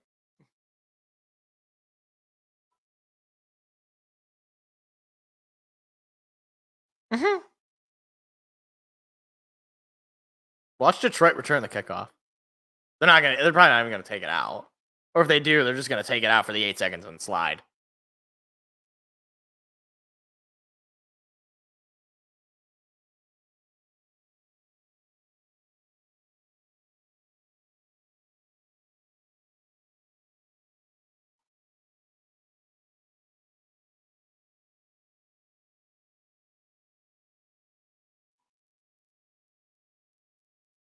Yeah, I mean, on that point though, Dad, about if Dallas fires their coach, like, to me, they should have fired him after last year.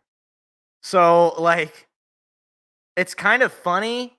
Like, last year, Detroit got, what's his name? The Vegas head coach fired. Josh McDaniels.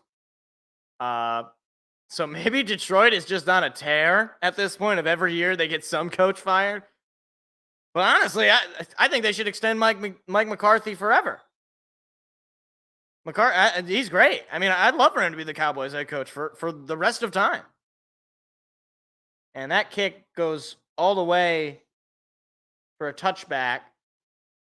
So no chance for Detroit to run it out. And Lions obviously just going to take a knee. They know they're going to get the ball back soon as the third quarter starts. Could you imagine they run a fake knee? How BM would that be? How much bad manners would that be worth if you run a fake knee and you run it for a touchdown or something? That poor kid. Well, first of all, his haircut looks awful. His parents should be fined, at least, for that haircut. Oh, absolutely. I got no doubt in that. Jared Goff has shown his ability to be good in high-leverage playoff situations. If you go back at the NFC Championship game even, Zing Dad, like, I know you're a 49ers fan, but it wasn't like Jared Goff had a bad game. He had guys dropping balls. Josh Reynolds catches that first fourth down conversion. Lions are going to win that game because they're going to at least get a field goal on that drive, presumably. So, I think certainly he can perform in these high-leverage spots. And he's performed in primetime games this season alone, right? He won on Sunday Night Football. He won on Monday Night Football. He's won before on Thursday Night Football with us. He's won on basically every primetime slate. And he's won in playoff environments. All right, anyway. Falcons-Panthers, for all the poor people in Atlanta and North Carolina who are subject to this game. Although I guess it's a much closer game. It's 22-17, Falcons at the half. So I guess it's a better game in that, the score. Yeah, and I think if the Lions do win that game, very good shot they would have won the Super Bowl, but that's a different discussion. Oh, Steelers up 15-7 over the Raiders. Chargers, Broncos. So Jim Harbaugh was sick. And now is he back? I don't know what's going on. Justin Herbert. Oh, Seth's team. Oh my gosh. We're both having good weekends. 20-0 Chargers in the third quarter.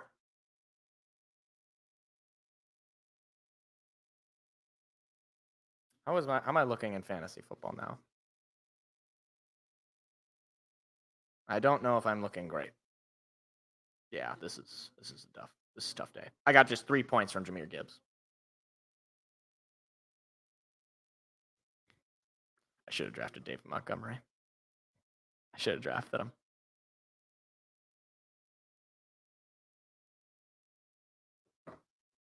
I mean, I do have a Lions hat. He's rated me before.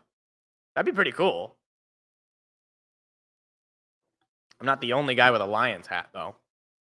But I'll stand by in the event that it happens. Even though normally I go pee soon. It's like, hold on. I need like I don't really know if I have a good drop for anticipation. I don't know. Let's do this one again. Why?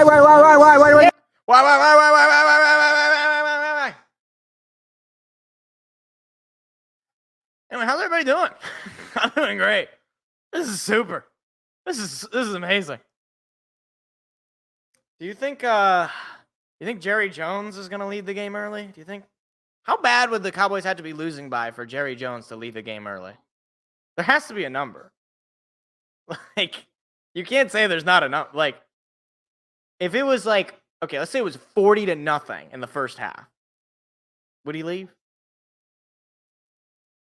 What about 50? What about 60? It's 60-0 in the first half. Jerry Jones is on a flight to California. Jerry Jones is gone. All right, he's going to LA. He's going to Hawaii. He's in Japan. He's gone. He's not. Football's not even on the mind. I think if it was 90-0 in the first half, I think Jerry Jones would sell the team. I think it's the only way. Like, I guess the Lions have not. Oh, all right, fair enough. Fair enough. I mean, yeah, I've already been rated before, so that's fine. All right, if that's the case, then I'm gonna go potty. Yeah. Unfortunately for Dallas Cowboy fans, I kind of hate this because I hate having to say it this way, but basically the only way to get rid of Jerry Jones is to have him die. And again, like, that's terrible. I don't like. Nobody wants him to die, right? I mean, maybe some people do, but no, you don't want that, right? But like, he's not going to sell the team. It's just not going to happen. The only way for ownership to change in Dallas is Jerry has gotta go to the light. Basically, he's got to walk towards the light. Okay, but I'm gonna go to the bathroom. We'll be right back.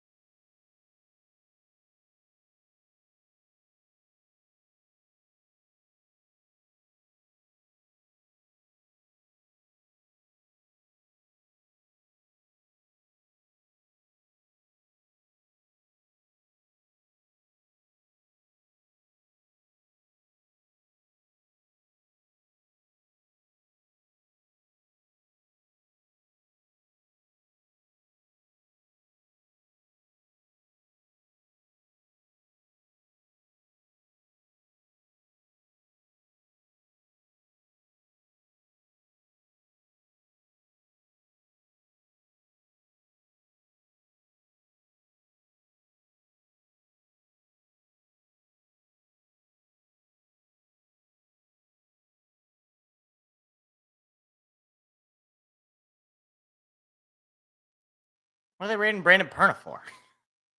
I mean, I like Brandon. Seems like he's dedicated to his craft. I don't watch his stuff, but he does a lot of work, I guess. I'll say that. I also don't really watch that many of the. I mean, I watch like Scooter and Urinating Tree. Those are the two, I guess, of the like clickbait sports people that I watch regularly. But Brandon does a lot of work. I do give him credit. He puts a lot of work into his content. And so does Tom, for that matter. Although Tom's content style is much different than Brandon. So, just compared to me, like I basically just go live and then I edit out 3 clips, and that's my work. I don't want the local report from Fox 47. Danny Vale, I don't even know who you are, but okay, I'm not gonna finish that sentence.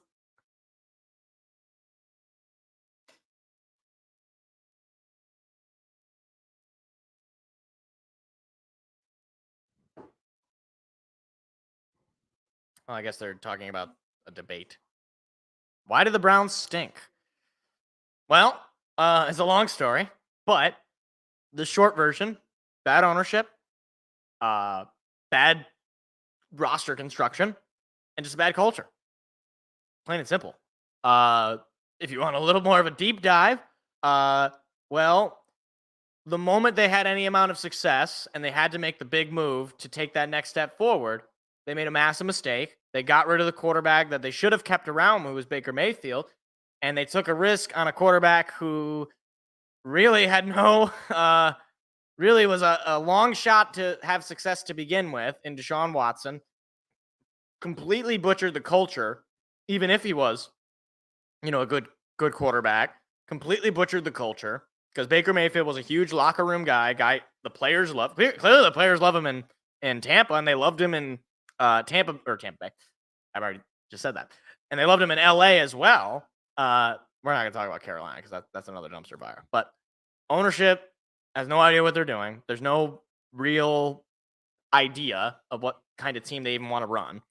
Coaching has been, frankly, at this point, just negligent. I don't think Kevin Stefanski is a bad coach, but the longer he does not win and the longer he keeps Deshaun Watson as his starting quarterback, I don't know who's really in charge of things. Like, is it just Jimmy Haslam? Is it just the owners just saying, no, you got to keep Watson in. We're paying him all this money. You can't bench him. And if that's the case, if I'm Kevin Stefanski, as far as job security goes, I'm saying I'm out. Like, I want to be able to get another job after this. But to me, the biggest thing, and it is sort of the underline, is just the culture in Cleveland.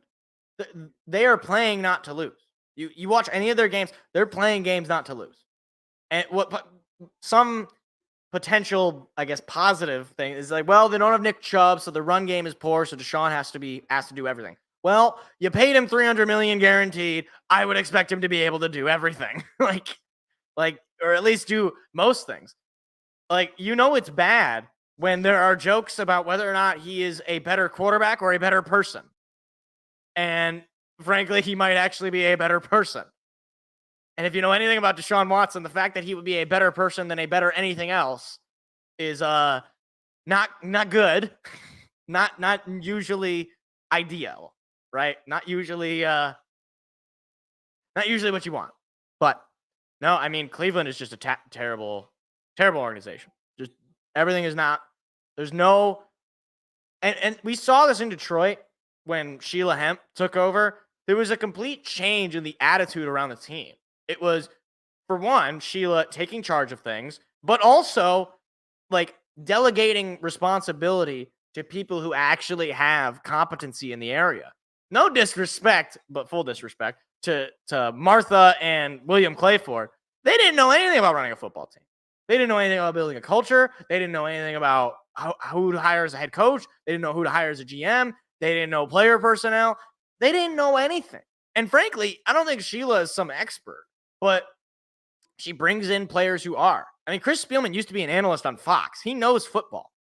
And you bring him in as a special advisor, and then you bring in a guy with an actual NFL resume who has been in the league for years in Brad Holmes. Like, he was with the Rams for, like, I think when they were in St. Louis, basically. Like, he has been in the Rams system getting better as a scout and as a, then he was the head of scouting in LA. He was a guy who scouted for Cooper Kupp and Aaron Donald and all these guys.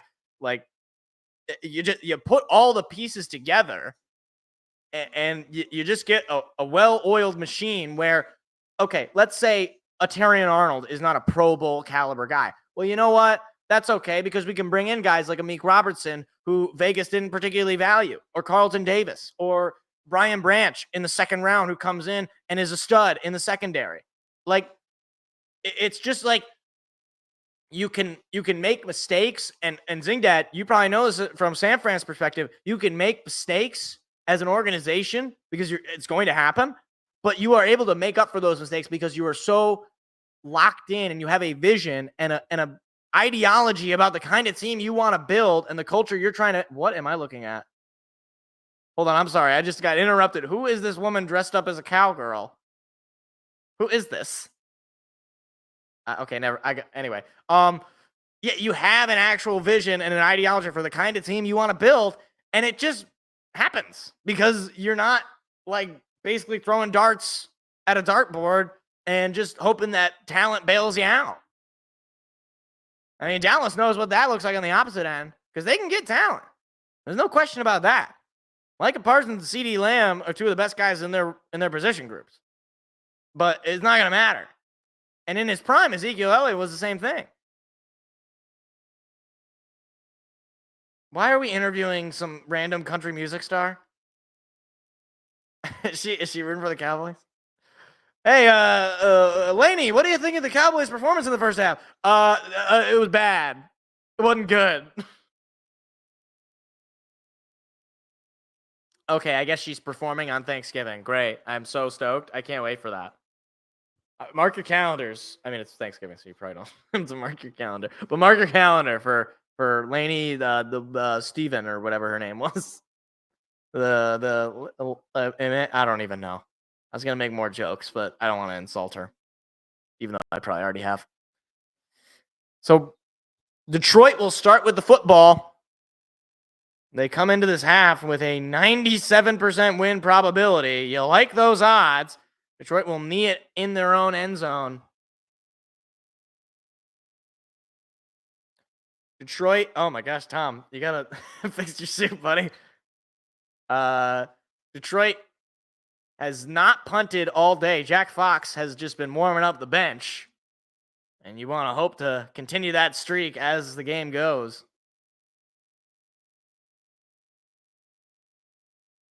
And at this point, Detroit's just going to be heavy on the run, I would reckon.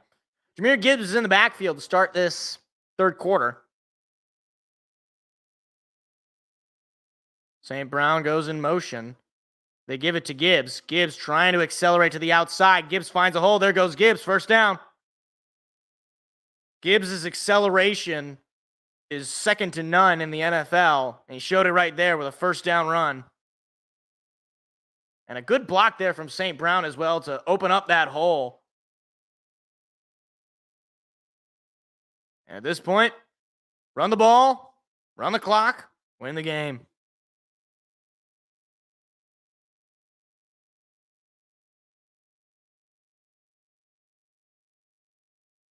As the sun is coming in, you can see in Dallas. Little play action pass coming from Goff. Goff's got so much time. He's going to throw it to a wide open Jahmyr Gibbs, who picks up another first down, stays on his feet, and Gibbs is taken down just past, I believe that's the 45-yard line.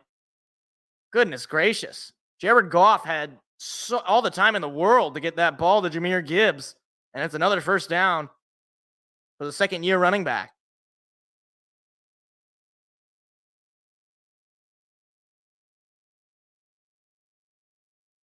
Goff 2 yards short of 200 yards. And it's just the third quarter. Lions just past the Cowboy 40. Another drive where Detroit is into Cowboy territory. Giving it to Gibbs again. Gibbs could not get through the hole there. He's going to pick up just 2.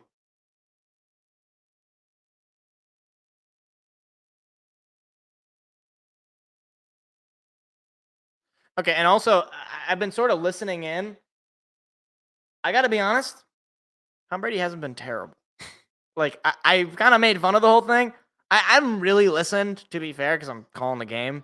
But from what I'm listening, when I do hear him, it doesn't sound terrible. But I don't know. I don't know anything about broadcasting, so I guess I'll be able to listen closer once after the game. Goff in the shotgun. Snap, pass coming. Goff lobs a deep shot up. It is incomplete. Khalif Raymond was the intended receiver, but not a whole lot of movement there. Could not separate. Fourth straight home game, trailing by 15-plus points at halftime for the Dallas Cowboys. Wow. Wow. So it'll be 3rd and 8. Snap, another pass coming. Goff under some pressure. He's going to take a deep shot. Wants Jameson Williams. It's caught. It's a touchdown. J-Mo puts a dagger in Dallas.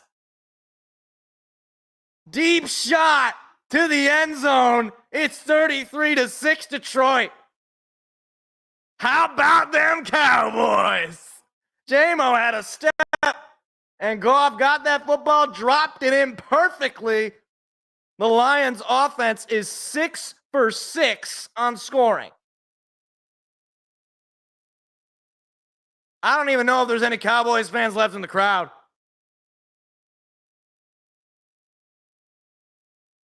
Let's go Lions chance in AT&T Stadium as Jake Bates nails another extra point. 34-6. I should have put Jake Bates in under my fantasy because he's probably got like 40 points. Oh, look at that Cowboys fan. Look at him. He's got his hand. He's face palming, dude. Look at this poor guy. Oh, that's too sad. That's too bad. Hate.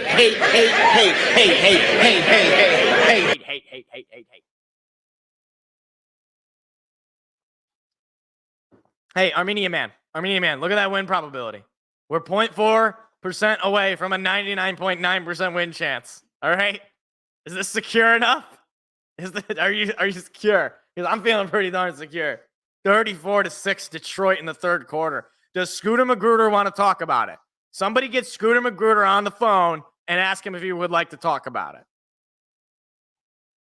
Hold on, I gotta just see what the vibe is like in that stream really quick. Oh no. I gotta. Dude, he's not even streaming. He turned off the stream. Scooter, no. Yo, we got Scooter to end his stream, dude. Oh my gosh. The Lions ended Scooter's stream. No. Oh no.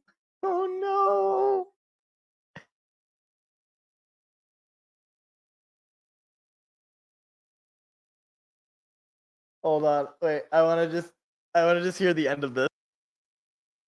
Oh, bro. Stream early.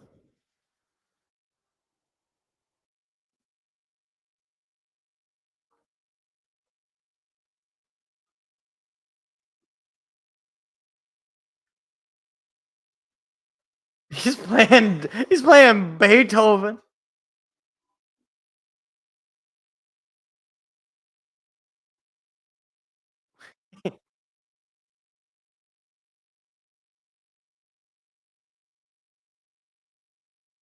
Hold on.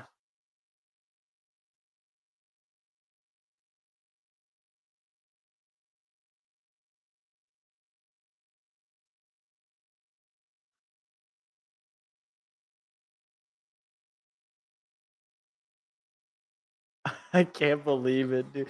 Scooter is down bad. Oh my gosh. He ended the stream at the half. Bro, he ended the stream. Oh, somebody please ask him on Twitter. I'm not on Twitter. Please ask him if he would like to talk about it. Somebody ask Scooter Magruder if he would like to talk about it. Jake Bates' kick goes to the end zone. Cowboys are going to take it out. And a nice juking move there. But did not get to the 30. The biggest play for the Cowboys all game was that kick return that ended in a field goal to end the half. Wow. I still can't get over. I don't know what exact, I couldn't really hear what he was saying or whatever, but man, you knocked that team's doors off when you got their biggest fan to end his live stream. Dak's going to pass the ball. Dak's going to throw it up the middle on a screen to CeeDee Lamb, who will be just about 4 or 5 yards short of the first down marker.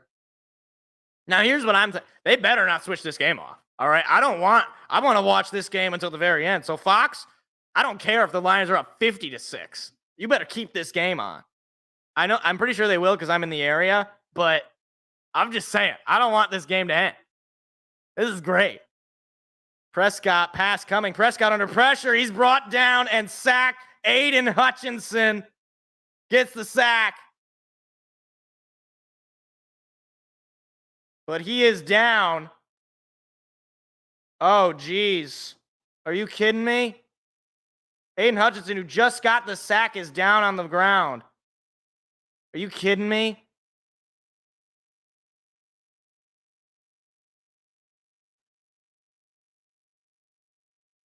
You got to be kidding me. I hope he's okay. Oh, boy. I hope it's just a twisted ankle or something. Oh, my gosh. Are you kidding me? On what was supposed to be such a grand day. Don't tell me this. Don't you do this, Dallas.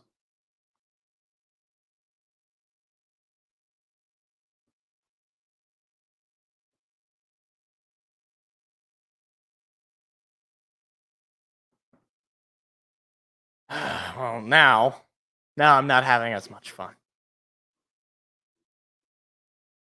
Don't you do this to me, Dallas. Aiden Hutchinson just gets a sack, and then he's down. Usually the guy who gets sacked is the one who gets hurt.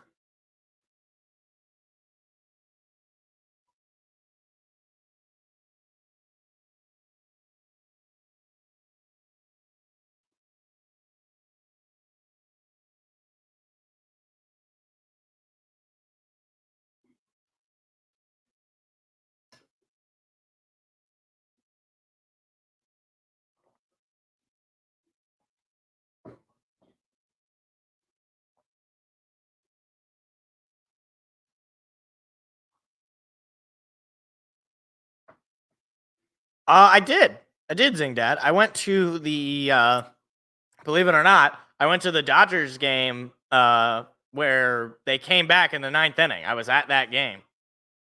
So I got to see Colt Keith hit that tying home run, and then Gio Urshela hit the walk-off home run and the crazy double play in extra innings. I was at that game.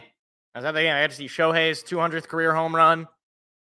So yeah, that was a pretty great memory. I've been to Tiger games the past couple of years. Oddly enough, I was also at 2 years ago, the combined no-hitter. I was at that game too against Toronto. So I'm 2 for 2 in like all-time classic Tiger baseball games. So maybe I should start going to like elimination games. Yeah, it was crazy. And there was I think my dad said at the end after he was like, I was kind of thinking maybe we should just leave. Oh, geez. Are you kidding me? They brought the... Oh, no. Aiden Hutchinson is down. They are bringing out the stretcher for him. Oh, my gosh.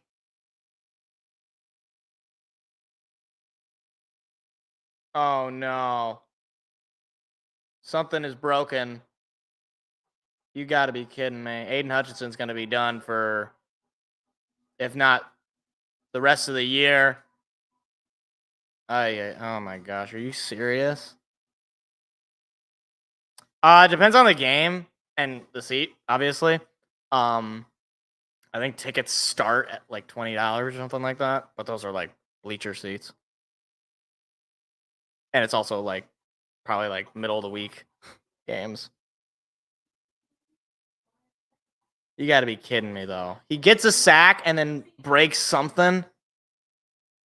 I really hope he's wrong, but usually guys are not wrong about that sort of thing.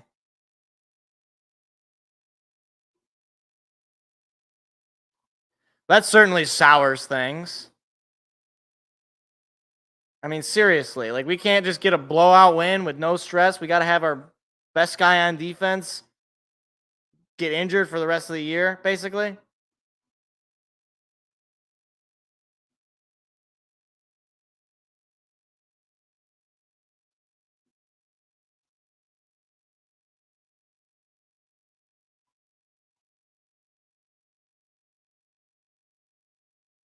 That cake is going to get covered in rain.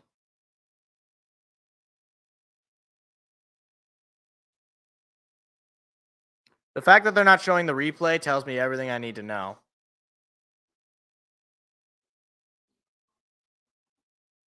You're sick of Nick Bosa? All right, fine. I'll take him. I don't know why you're sick of Nick Bosa. I'll take him.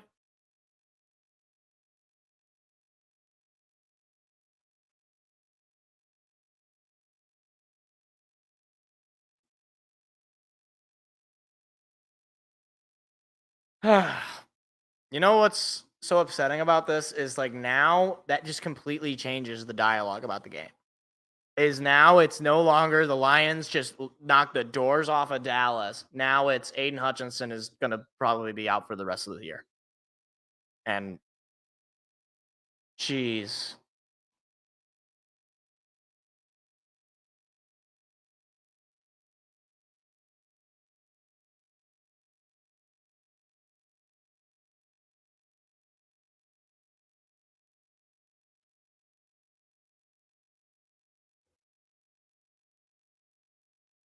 Jeez, are you serious? They're still trying to get him on the stretcher, and they're going to commercial again. Oh my gosh.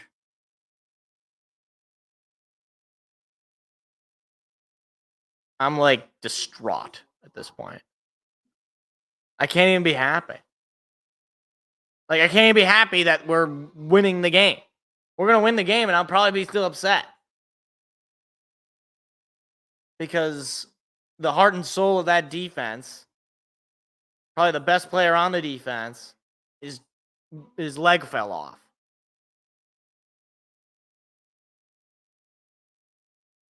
Apparent lower leg injury. How did it even happen?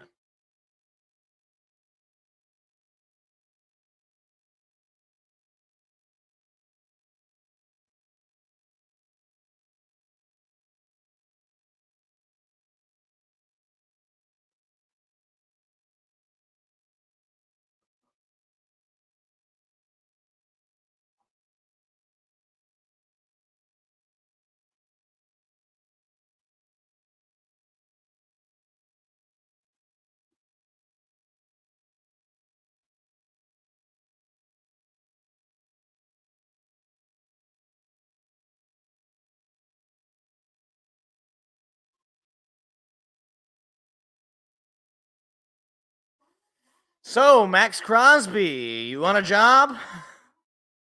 Anybody want to give Max Crosby a call? Probably. I mean, at this point, I better see a trade for Max Crosby or any of these big name guys. Or else you're just not going to have a pass rush. You can forget about that.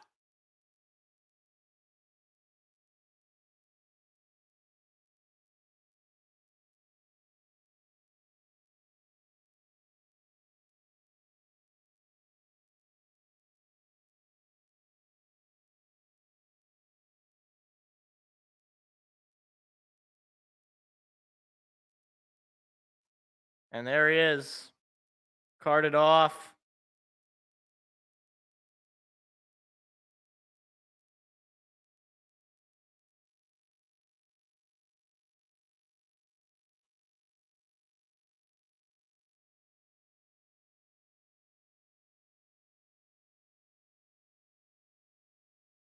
Oh, my God.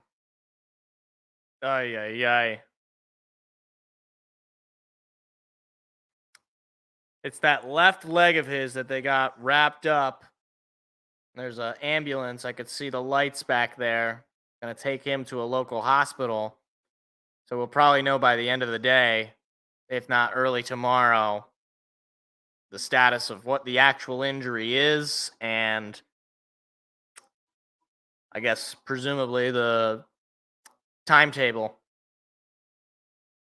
It'll be 3rd and 11 because we still have a football game to play. Snap, pass is coming from Prescott. Dak going to throw it. It's incomplete. Pressure was coming. A flag comes in late.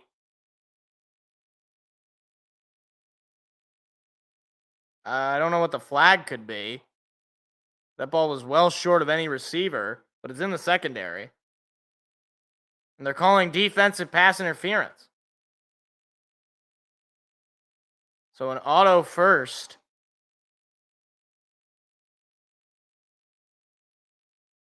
It looks like Dak hit a helmet on his throw. And so he was holding his right finger.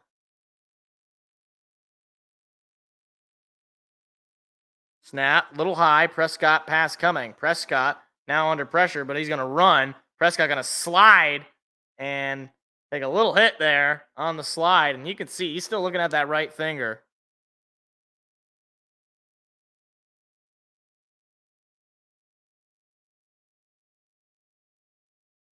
Oh my gosh. How did Najee Harris score? Oh my gosh. That's crazy. 22-7 Pittsburgh. Fake the give. Pressure coming. Gak gets rid of it. It's caught by Ferguson somehow. And Carlton Davis now is down. His helmet came off. Oh my gosh. Are you serious? Helmet came off. He's holding his head area.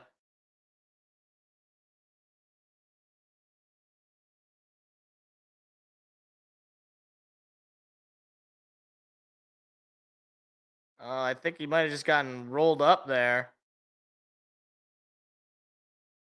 Helmet came off.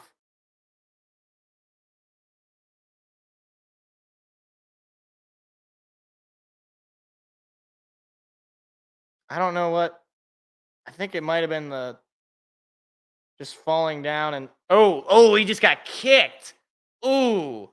Malcolm Rodriguez's right foot, as his helmet came off, nailed Carlton Davis. Oh my goodness.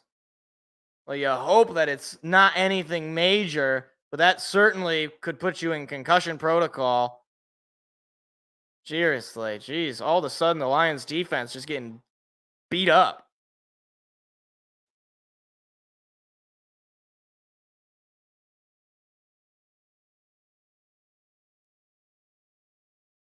Third and 5 on the Jake Ferguson catch.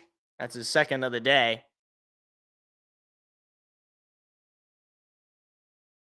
Snap. Another pass coming from Prescott. Pressure came. Prescott gets rid of it deep, and it is incomplete. Tolbert went right through his hands. 4th and 5. Punt team's coming out for Dallas. Just right through him.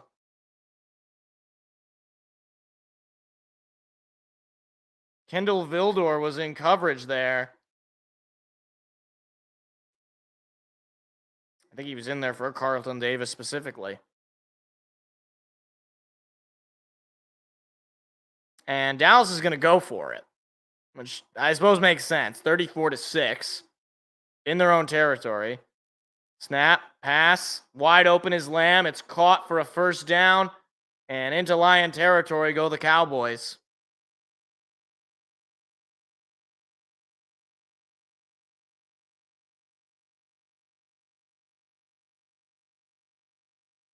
Ten minutes to go in the third quarter.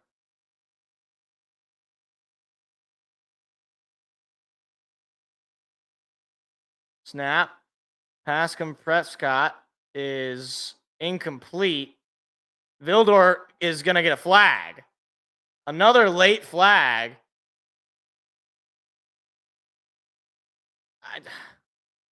And it will be defensive pass interference. Are DBs not allowed to play defense? Kendall Vildor is called for it. I don't understand the logic here. And he's playing the ball. Eyes on the ball. There's contact for sure. I just don't understand that.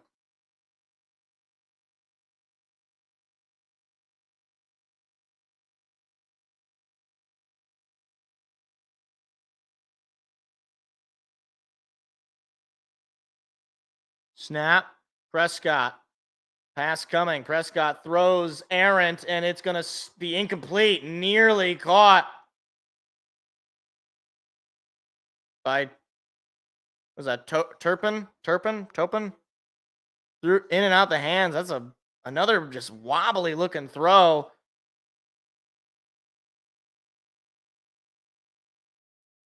Boy, the sun coming in from the opposite side is bright. So luckily Dallas, at least for their sake, they don't have to stare at the sun.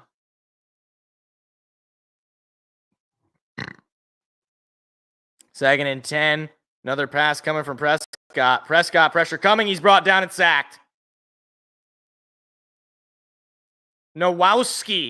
Trevor Nowowski gets his first sack of the season.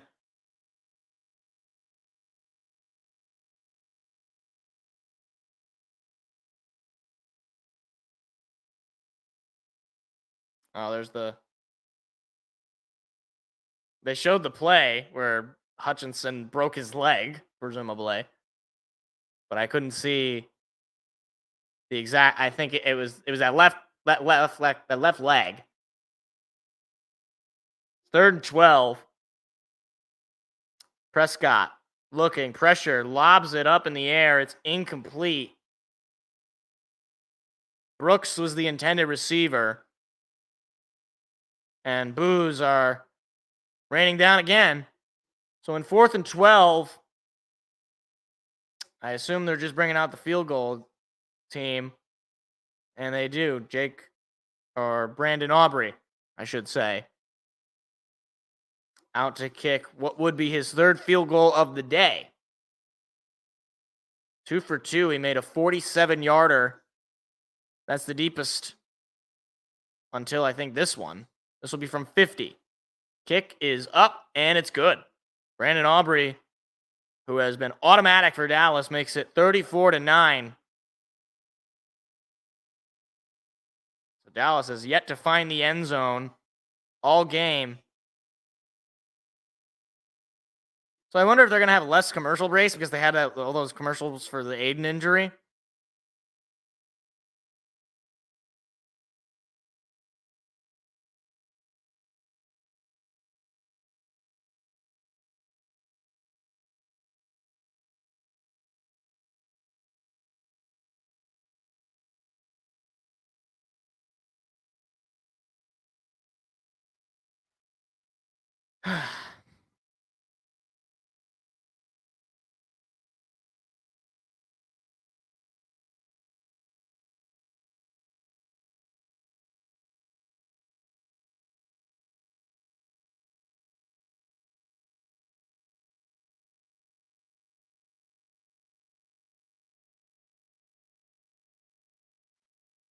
I just I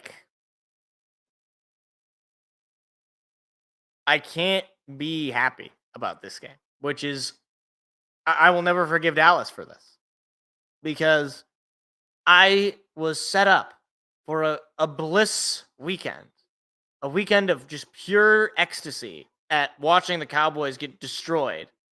And now all I have to do is, this whole game is just going to be, oh, this is the game where Aiden Hutchinson died. There's a big return from the Lions on special teams. That took them to just close to midfield. Couldn't really tell based on the camera angle. Jeez. Dan Campbell's shoulder pad's giant.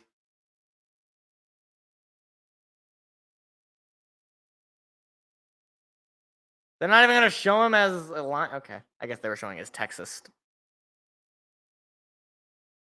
So Jared Goff is in. Couple of touchdowns for him.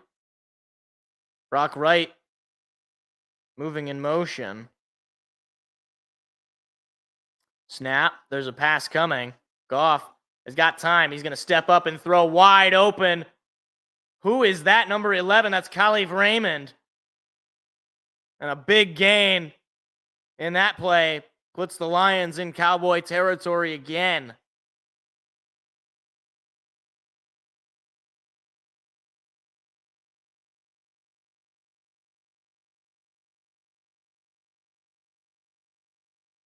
And Khalif was one man to beat for a touchdown there. Lions just shy of the red zone again. Snap. They give to Montgomery. Montgomery cuts inside. Montgomery stays on his feet. There goes Montgomery past the 5 and then diving forward to about the 2. And a 1st and goal again for Detroit. I mean, just 2 plays of offense, and Detroit is already about to score another touchdown.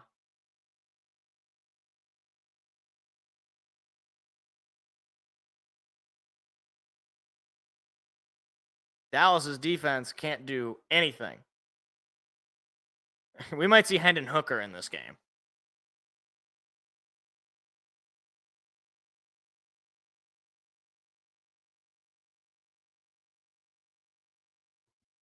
Goff is under center. Montgomery is lined up in the backfield. And he fakes it. Now he's going to throw it. Oh, they were trying to give it to Taylor Decker. Oh, they were trying to give it to Deck, but he didn't make the catch. Oh, man. Oh, that would have been great. Taylor Decker reported as eligible, and he just couldn't quite hold on to that ball. Oh, man. That would have been so awesome. Run it again. This time they're just going to hand it to Montgomery, and he is going to be stuffed, I think. I think he's going to be stuffed at the line. It'll be 3rd and goal.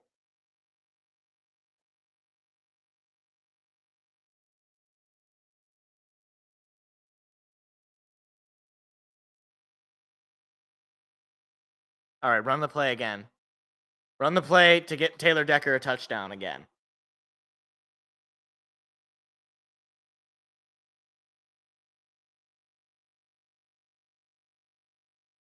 Next level trolling was just used on a national TV broadcast. Thank you, Kevin Burkhardt. They got to snap the ball here. 3 seconds. Oh, boy. Whistles come out. And I think it'll be a delay a game or a timeout. It'll be delay a game on Detroit. So a 3rd and goal gets moved back. I was like, they were not able to get the playoff in time.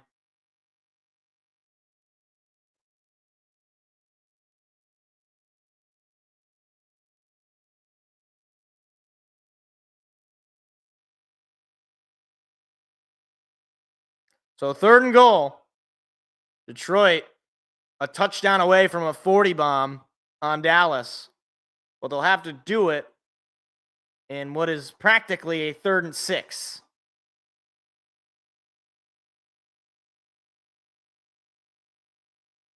Did Goff just say Dion?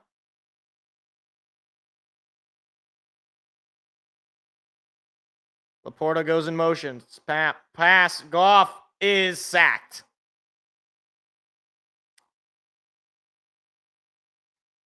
Goff could not break free. Pressure came immediately. And you're more than likely just going to bring out the field goal unit.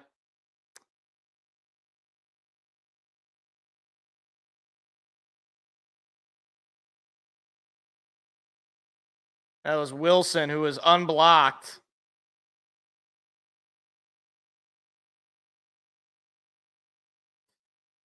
So 4th and goal. Field goal is 33 yards out. Snap, kick. It's good.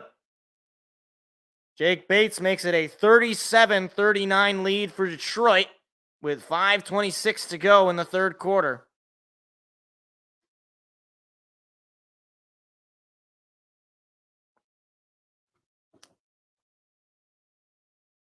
So they match the Cowboys field goal with one of their own and continue their streak of scoring drives. That's what now? 7? 7 straight drives that result in a score.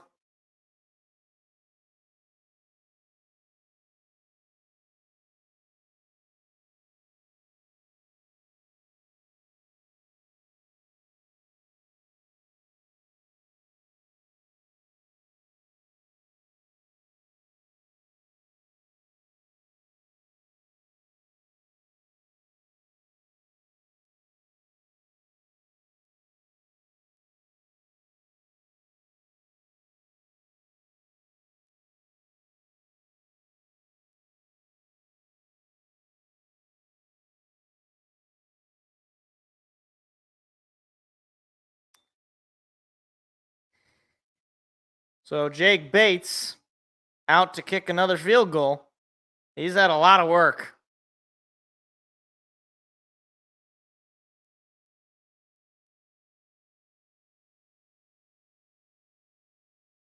And that ball is to the back of the end zone for a touchback.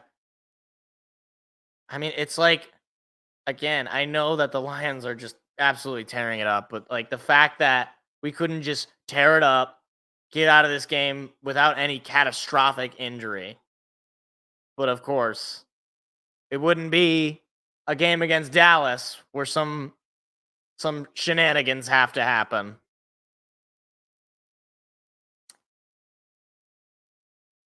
Prescott hands it off, and that goes nowhere. Pickup of maybe one.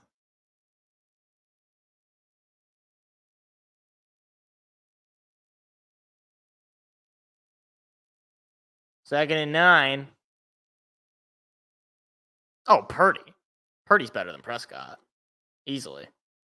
Prescott gonna shuttle pass it forward. It'll be incomplete. Anzalone got in and knocked that ball loose.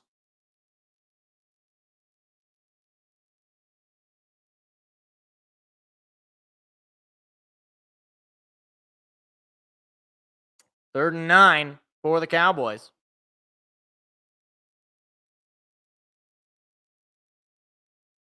I mean, just groans from all the fans in AT&T Stadium. Snap. Pass coming. Prescott looking. Steps up. Caught. CeeDee Lamb.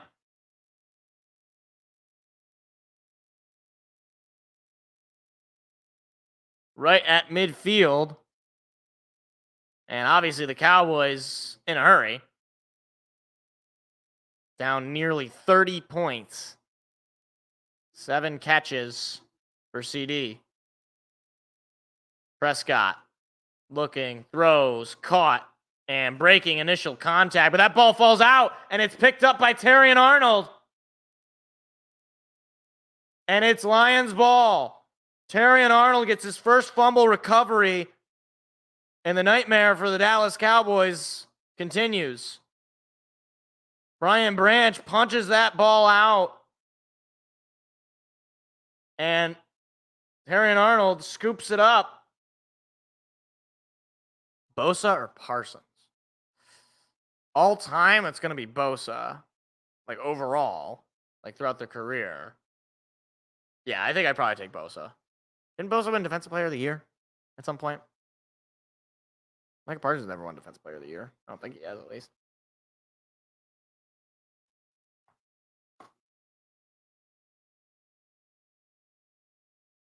Yeah. Defensive Player of the Year in 2022. Defensive Rookie of the Year in 2019.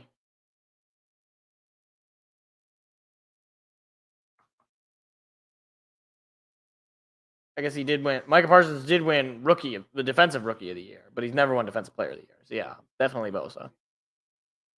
Well, now we're at a 99.9% chance to win the game. Lions defense, 16 pressures, 4 sacks, and 2 takeaways. The fumble and the interception. Brian Branch was impactful in both of those turnovers. Had the interception in the red zone, and then now punches that ball out to force the fumble.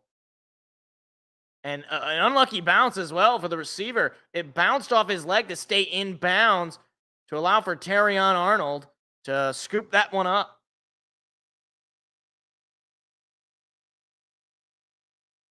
It just bounced off his right knee.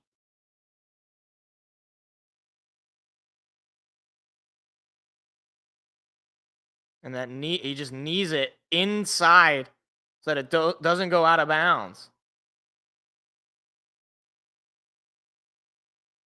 What do you mean take a look at it and see if it's a catch?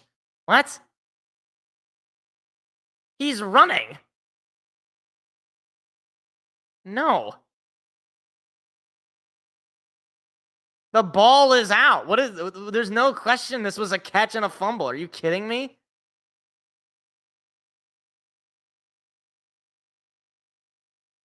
Why are they looking at this?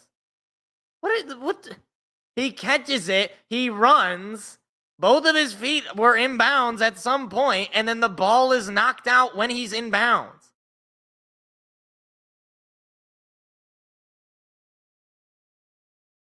Okay, it stands. What the heck were they looking at that for?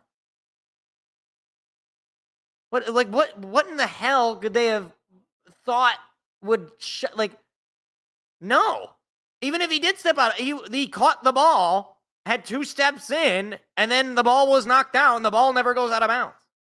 Like, if the ball is knocked out and he's out of bounds as he touches it, it doesn't matter because he has to have the ball and have it be out of bounds.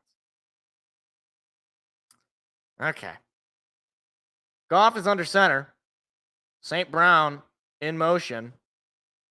Play action. Goff throws it up for Jameson. Jameson's got a lot of room. Jameson, ooh, big hit. Jameson gets back up, though, but a nice catch and run for him to move the ball down the field.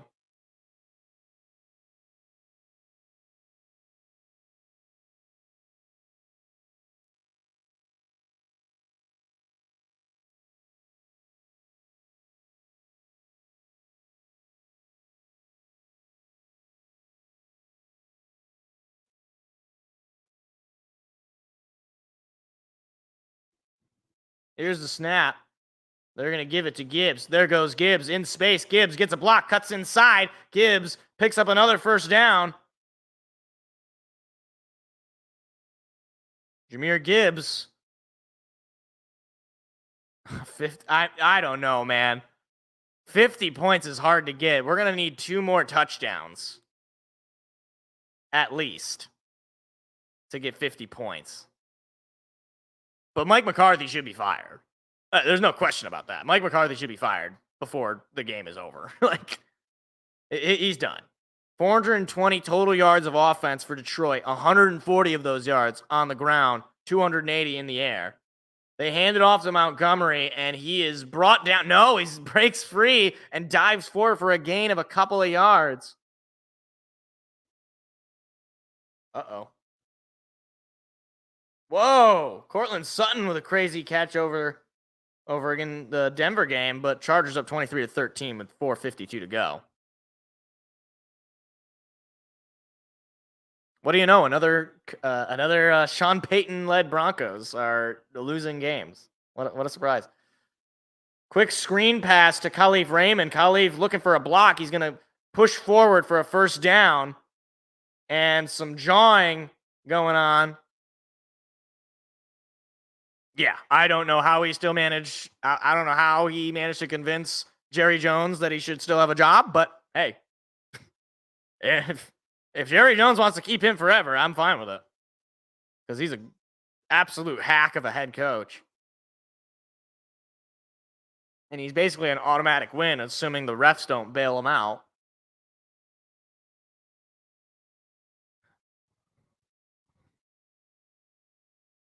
Gibbs is in the backfield.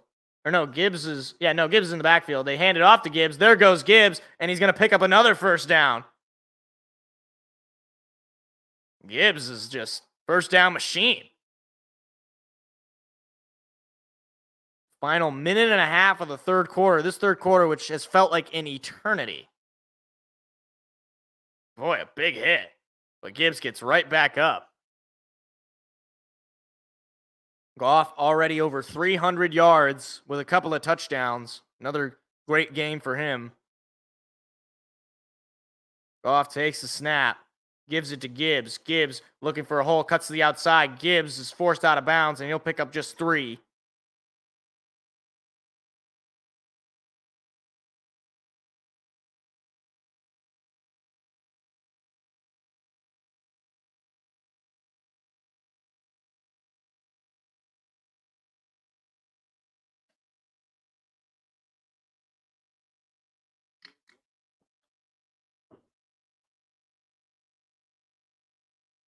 Second and 8. 40 seconds to go in the third quarter.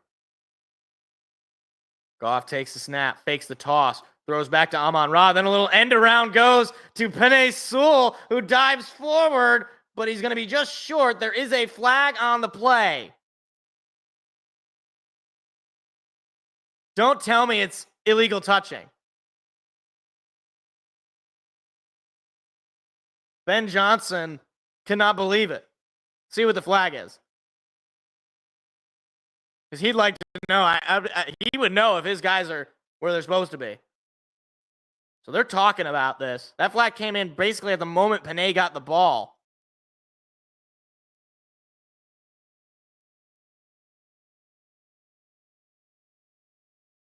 And they're calling an ineligible man downfield on Detroit. Man, they hate... Dallas doesn't want us to score with a lineman on their ass. It was the same play they ran to Gibbs. My goodness. I mean, first of all, Sewell, you got to give him credit. He stood on his feet. That would have been a touchdown, I think. And he's upset about it, obviously. Because the big fella doesn't get the ball too often. So instead of what would have been at least a 1st and goal, they get a 2nd and 13. Here's the snap. Pass coming. Goff fakes the throw initially. Now Goff's going to run it. Goff is going to dive forward just past the 10. It'll be 3rd down, and the 3rd quarter is over. So they will flip to the opposite side of the field in a 3rd and 8.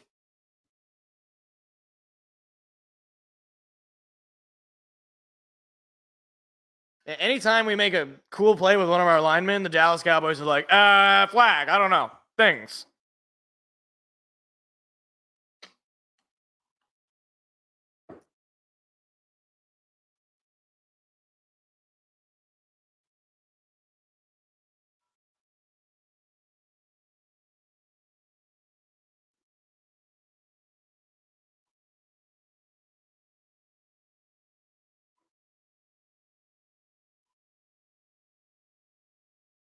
For real. They really are. I mean, I've said it before. They're not a real football organization. They're just like the impersonation of a football organization. They don't do anything that's football related. All they do is create drama and bring in big name stars and then lose games. Like they're like the Harlem Globetrotters, except in this case they lose.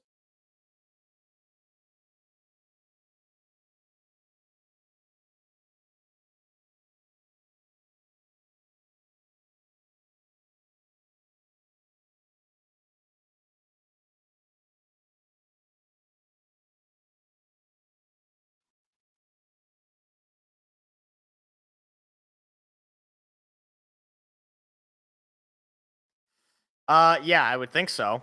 But I mean, you don't know. Like, kids can be better owners than their parents, right? Like, Sheila Hemp's mom was Martha Ford. I guess her dad was also William Clay Ford. I don't know why I made that. I'm assuming that's the case. So yeah, you can turn around with, even if it is an in-house move. I mean, it's not necessarily likely, but and also kids sometimes do sell the teams. That happened with the Pistons when the original owner for them, whose name escapes me at the moment, when he died, they sold the team. Kids sold the team to Tom Gores, and I might never forgive them for that.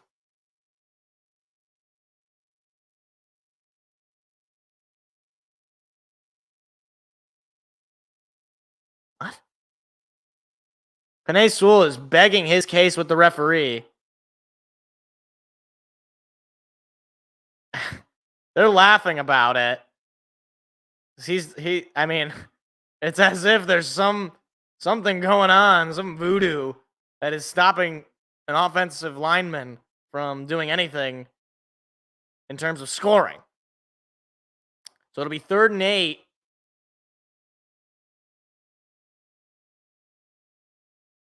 Starting the 4th quarter. Snap, pass coming from Goff. Goff lobs one up, wide open, caught, touchdown JMO, but there is a flag on the play. We'll see what this flag is. JMO doing a little strut. Might be on Dallas. And it is offensive pass interference. Seriously? How? Oh, okay, it was Gibbs. Okay, yeah, that's definitely offensive PI. Yeah, that's going to get called every day. I'm not going to be upset about that. Geez, the penalties in this drive completely stifling Detroit from scoring here. So now it'll be 3rd and 18 from the 20. Detroit can definitely score from pretty much anywhere on the field.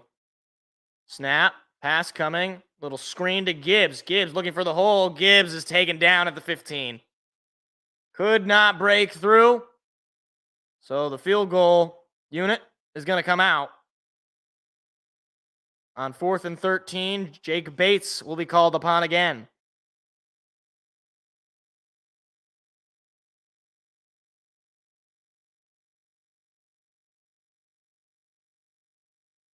So assuming Bates can make this kick, that would continue the streak for Detroit of scoring on every one of their drives. This is from 33 yards. This would be the shortest of the day. And he got it. His second 33-yarder of the day makes it 40-9 Detroit. Ben Johnson is upset. His team just scored, and he's upset about it because of the penalties.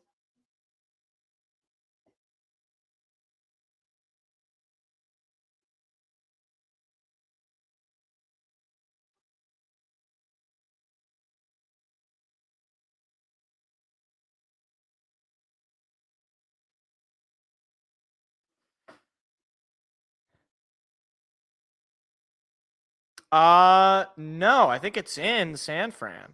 I think.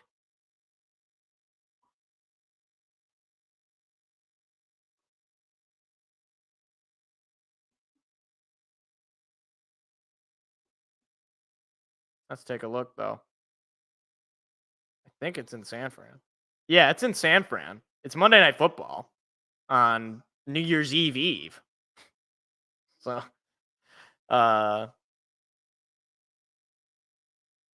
December. Yeah, December 30th.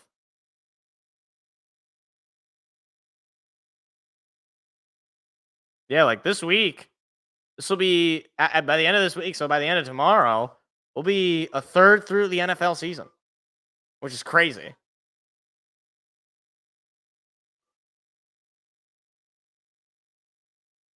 Oh yeah, I think it definitely will be tough. But I mean, defensively, like Detroit's going to be now without Aiden Hutchinson. So, but you don't know what the roster is going to look like by the time we get there. You know, I'm assuming, and I don't know if this is a wise assumption, but I'm assuming we make some move to address that hole. I think Max Crosby has to be number 1 on that list, and number 2, and number 3. Like, I think you have to make that call to Vegas and do whatever it is you can to bring Max Crosby here. And frankly, I wouldn't mind you making him a Lion just for some amount of time, because Aiden Hutchinson is going to be likely out for at least the rest of the regular season. Assuming you go on a playoff run, you might be able to theoretically get him late in that, if you get him at all, which is completely unlikely in my mind.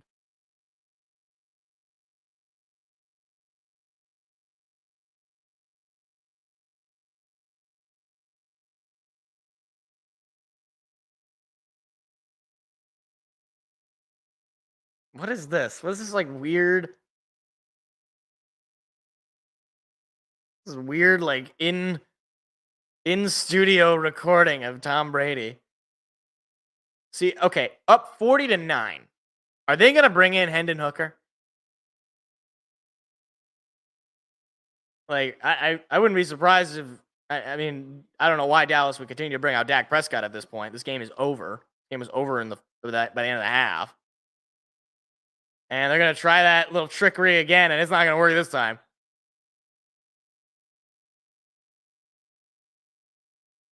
And Dak Prescott's going back out there.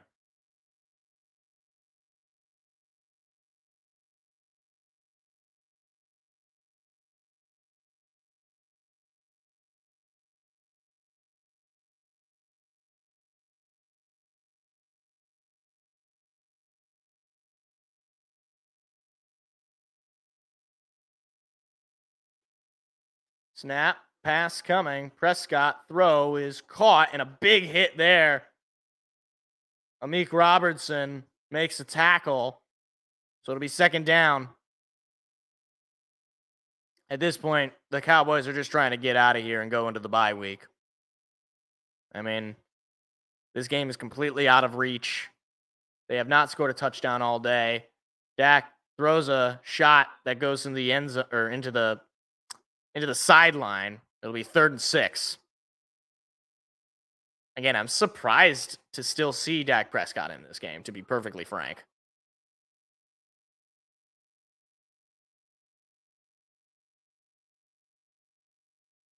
Third and 6. You got to know this defense. I mean, Aiden Hutchinson, a captain on that defense. You got to think they're playing for Hutchinson at this point. They want to make plays. They want to keep this game at the score that it is. Pass is incomplete to CeeDee Lamb. He missed him inside. It'll be 4th and 6. I mean, they're going to be going for it, right? They're going to be going for it. You're down 31 points. Josh Paschal bringing the pressure, knocked Dak Prescott down. And obviously they're going for it in 4th and 6. Now, if the Lions defensively can get the stop here, they'd be set up for a potential another scoring drive easily. They'd be well into Dallas territory. But it's manageable, 4th and 6. Prescott looking, pressure, throwing. It is intercepted. Intercepted by Brian Branch. There he goes, Brian Branch. Past the 25, past the 15, past the 5, and he's taken down just short of the end zone. Brian Branch, with his second interception off Dak Prescott, sets up 1st and goal for the Lions. Dak Prescott throwing into the sun. He didn't even see Brian Branch. I mean, he just threw up a prayer. There was nobody home but Brian Branch with a great interception and nearly a pick 6.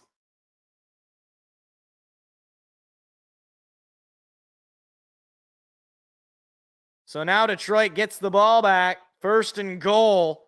Chance to make this a 47-9 game. Detroit takes over at the Dallas 4.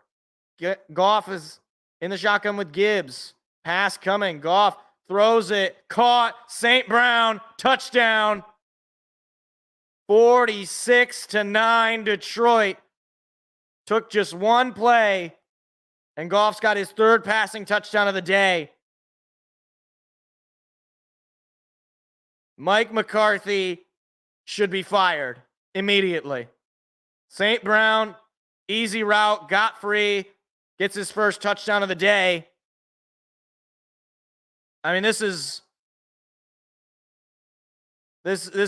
Cowboys are far and away completely outclassed by the Lions. There is a flag down, and it's unsportsmanlike conduct.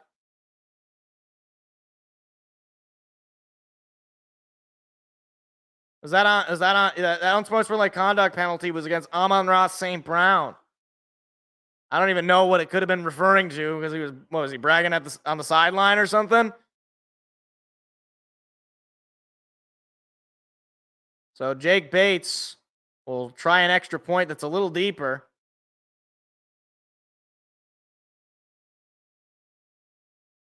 So this one might be a little tough for Jake Bates in the sun. There are still some Cowboy faithful in the crowd, and they are just stunned. It's about as nightmarish of a game for them. Snap, kick, and Bates nails it. 47-9, and we still got 13 minutes to go, people. The Lions are a field goal away from a 50-burger on Dallas. There is no way in heck, and there's no way in hell that Mike McCarthy keeps his job next week. He should be fired tomorrow. There's no way after at home you go out and this is the kind of performance where your offense, your team, not just the offense, Your team might not score a touchdown. How about them Cowboys? See, I can't even be that happy because Aiden Hutchinson is dead. I just I can't do it. I hope he did.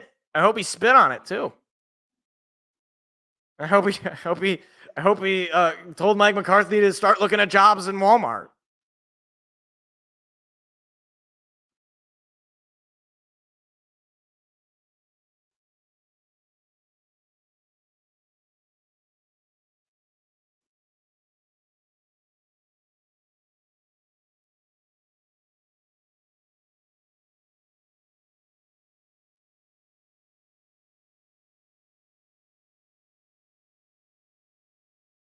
Okay, so the new Venom movie comes out on October 25th. My dad thought it already was out, and I was like, I don't know. I don't know if it'll be good, but I've liked the Venom movies so far, so maybe this one will be okay. I'm at this point, I'm just sort of doubtful of movies in general, but I would probably go see that, to be honest.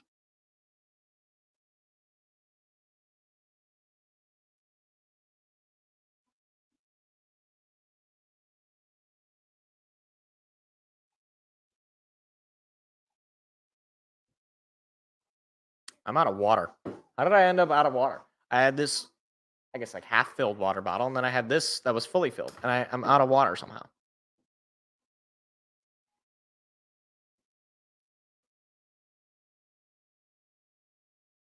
Are they going to show anybody wearing lion stuff in this NFL shop commercial? Nope. Apparently not. 47-9, Detroit. Jerry Jones is watching on. 167 points allowed in the last 4 home games. That's the most in the NFL since the 1972 Oilers. And that includes the postseason. You know it's bad when the last team to do this doesn't exist anymore. You know it's bad. Oh, it's his birthday today? Happy birthday, Jerry. Happy birthday. Another big return here from the special teams of Dallas. But, I mean, just the way this offense has been playing, I don't think it's going to matter. Because the Cowboys offensively can't get out of their own way. Dak Prescott, awful day. Couple of interceptions, no touchdowns, cannot run the football.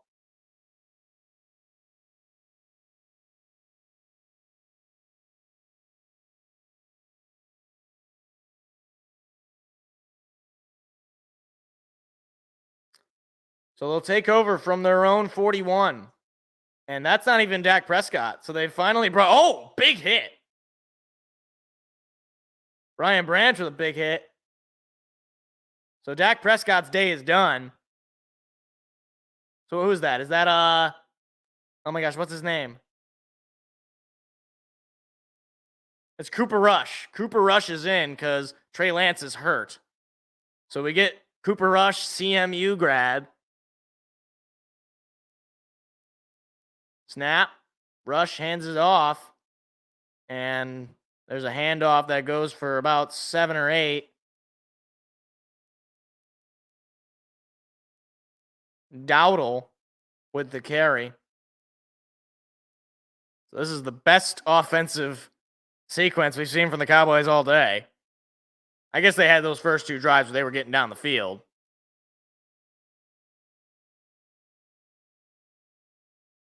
Rush, snap, pass, high but caught. And diving for the first down is Dowdle. 12 minutes to go here. Lions obviously in the driver's seat.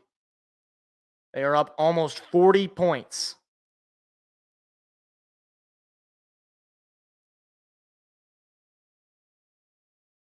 Hendon Hooker is getting talked to by Dan Campbell. So we are more than likely going to see Hendon Hooker in this next offensive possession. Snap. Rush hands it off. Cutting the other way, but nowhere to go. He was able to roll forward for a gain.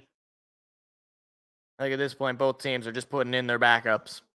So we're basically seeing the preseason.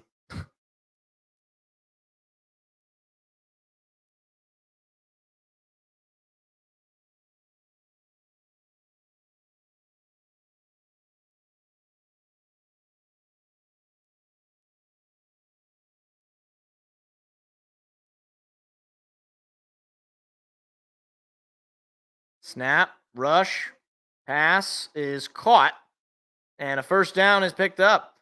The Cowboys, for the first time in a long time, are moving down the field. Tolbert with the reception.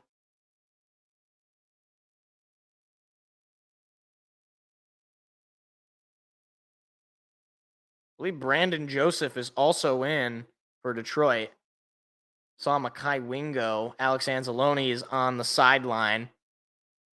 So both teams pretty much just shutting down their star players.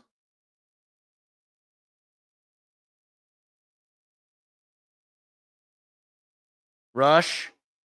Pass coming. Rush under some pressure. Rush still has the ball. He's going to throw it. It is caught somehow by Dowdle. Malcolm Rodriguez tackles him as soon as he made the catch. I can't believe he caught that. Final 10 minutes of the game.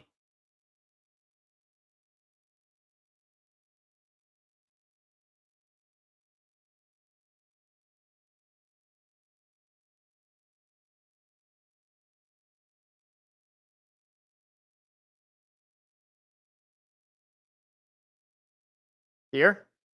Here what? Snap, rush, throw, caught, and staying on his feet. And it's a 1st and goal for the Cowboys. Here comes the TD. Yeah, probably. It's 1st and goal for, I believe, just the 3rd time today for the Cowboys. I bet if they score, the 99, like the win probability is not even going to change. CeeDee Lamb is not on the field. Dak Prescott obviously not on the field. Cooper Rush, though, 4 for 4. Maybe they need to change it. Is it QB competition in Dallas? Unironically. Rush, looking, throwing, incomplete.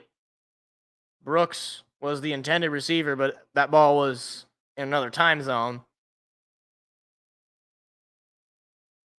The game is going to end. I'm sorry. I was responding to Kevin Burkhardt. He just said, here's the good news from Dallas. And I said, the game is going to end. That's the good news. It will end in 8 minutes and 49 seconds of game time, not real life time.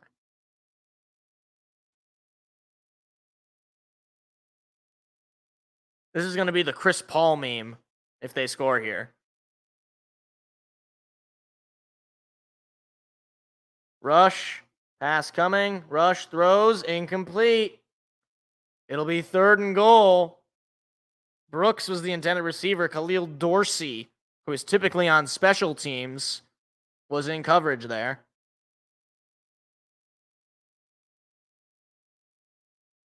Oh, geez. They got a gauntlet. Dallas has got at San Fran after the bye. Then they got at Atlanta. Then they got the Eagles at home and the Texans at home. That's tough. They might not win any of those games. They might be able to beat the Eagles. 3rd and goal. Rush throw is caught by Ferguson, but he's short.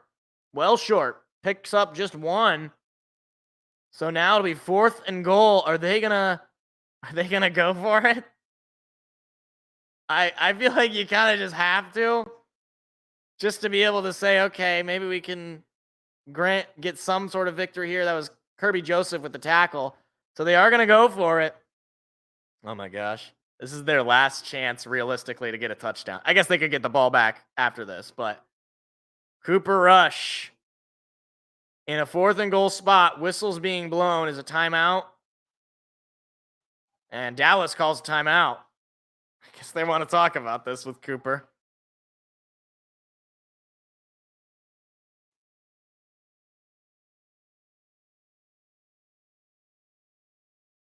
Ugh.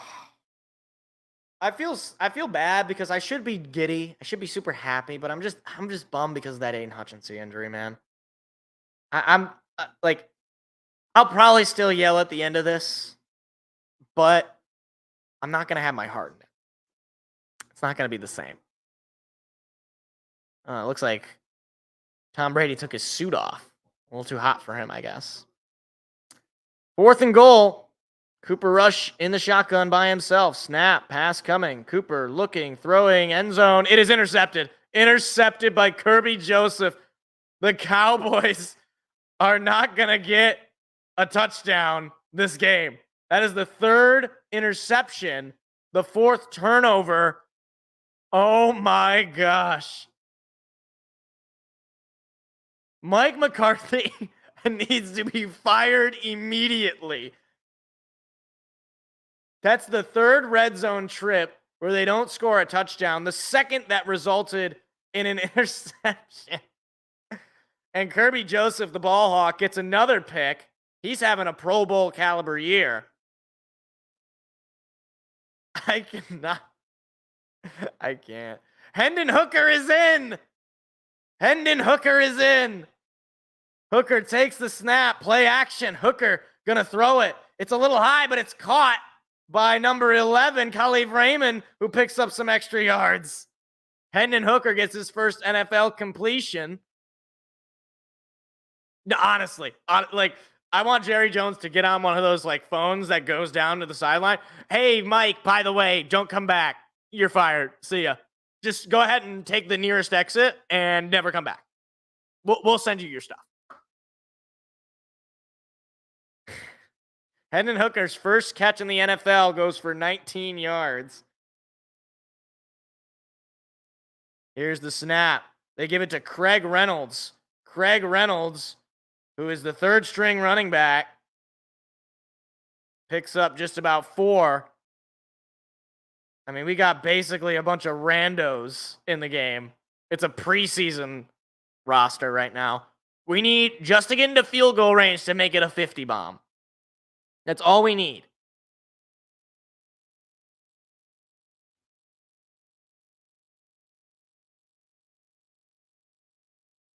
Can we please just get into field goal range? At least. I need a 50 bomb on Dallas. That'll make me feel a little better.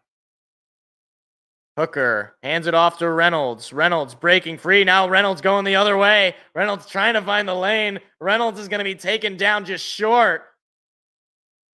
It'll be 3rd and short. And a flag comes in at the end there. I think this is going to be a late hit.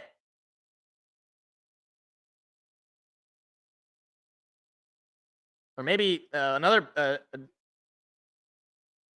it's going to be a face mask on Dallas. Yeah, that's a face mask. So 15 yards to that run and then auto first. Jared Goff ends his day with an 18 for 25, 315 yards, 3 touchdowns. Another amazing day from Jared Goff. I mean, he's been lighting it up.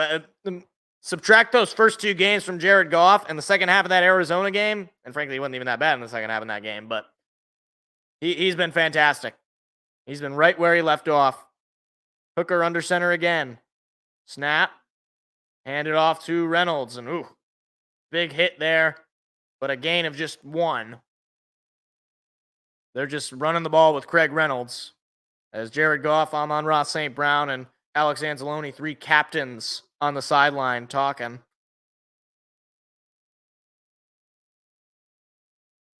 If the Lions put up 50 points, I want to see a cam of Jerry Jones, and I want to see him on the phone with Mike McCarthy firing him on the spot. That's what I would like to see. 2nd and 8. Hendon Hooker all alone in the shotgun. Snap is a little low, but Hooker gets it. Hooker now running. Hooker throwing. It's incomplete. So it'll be 3rd down and 8. And that play could have gone very sour very quickly on the bad snap. Number 8 was the intended receiver. I don't even know who that is. I don't know who number 8 is on this team.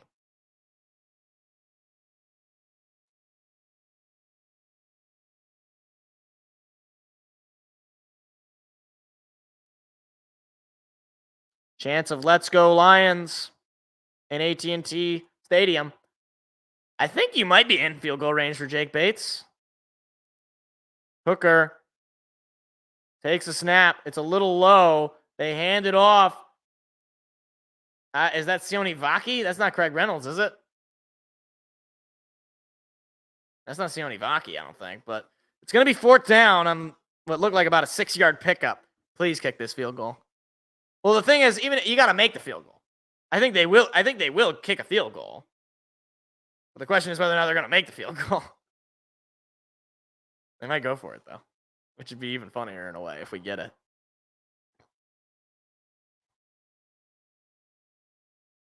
Let's see what they're doing.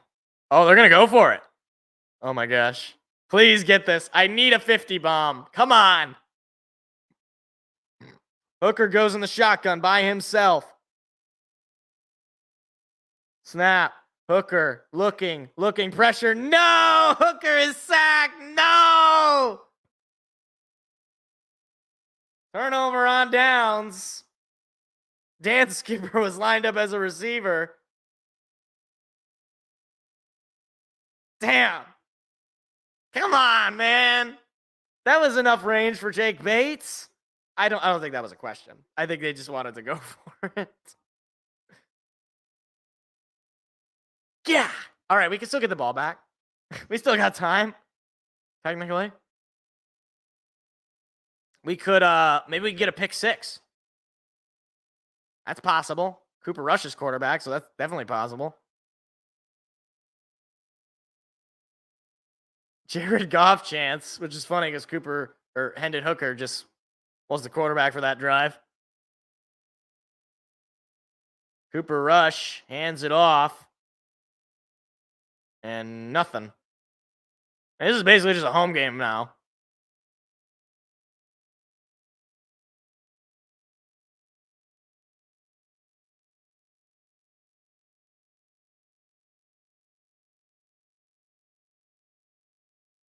Final 4 minutes of the game.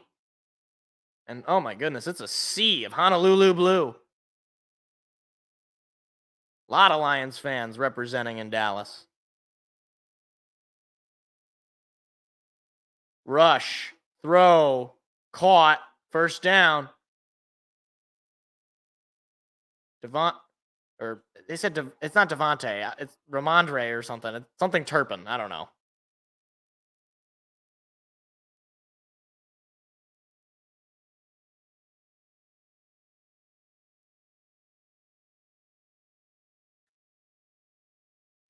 Number 53 needs to step back a little bit because he was right on the line of scrimmage. I don't want anybody lining up off sides. Rush hands it off, and a pickup of just a 3, maybe just 2. 3.5 to go.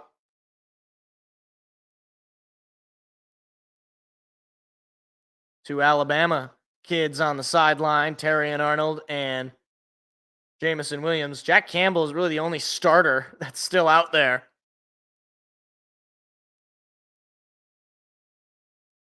Playing field general. And a little end around and a nice broken tackle there. And it looks like it might be a first down for Turpin.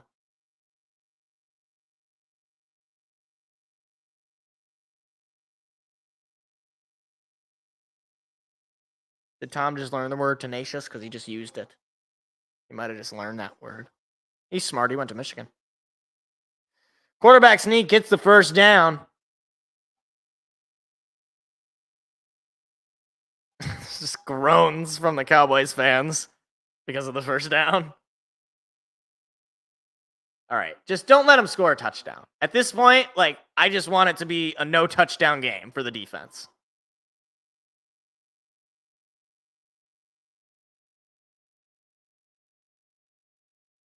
A little high on the snap. Rush throw is caught by Turpin. And he's pushed out of bounds. That'll stop the clock with 2:25 to go.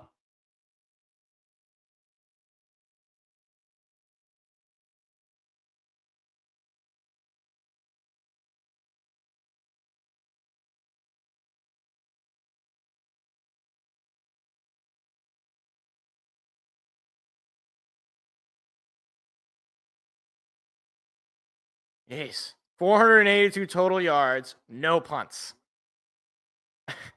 I mean, we beat the Cowboys like we beat the Panthers last year, basically.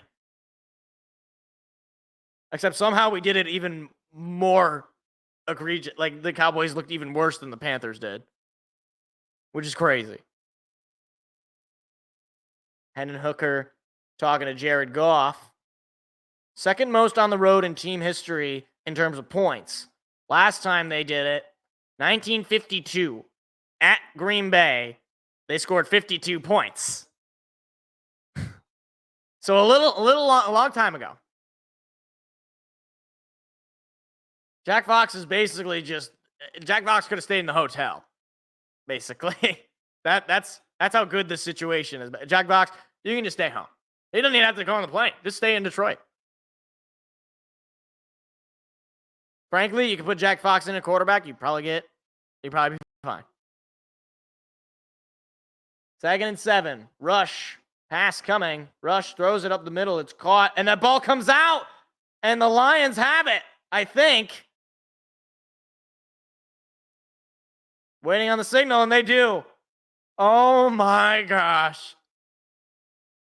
What is that, the 4th turnover of the day? Jalen Reeves-Maybin knocked the ball loose. Or I guess it'd be the... Oh, my gosh. We can get a field goal. We can do it. We can still get 50 points, guys. Come on. If we score a touchdown, we make a franchise record. All right. We got 2 minutes, and we got 3 timeouts. They might just need this one out, guys. They might just need this one out. No. Be a man. Just one deep ball. Can I get one? I want just one deep ball. No. Not victory formation. Okay, they're not in victory formation. All right. Hendon Hooker's under center. Here we go. Snap. Hand it off. Reynolds finds a lane. He's chopped up short of the first down. That should go to the 2-minute warning. Oh, yeah. I mean, let me tell you this thing, Dad. If the Cowboys do not fire Mike McCarthy after this, they are not going to fire him until the end of the year. I don't know how you can one-up this coaching performance, quote unquote, from Mike McCarthy. He is completely out of his league. And it's not like the Cowboys aren't talented. Certainly on offense, they have some semblance of talent. You didn't score a touchdown the whole game. You've thrown, what is that now?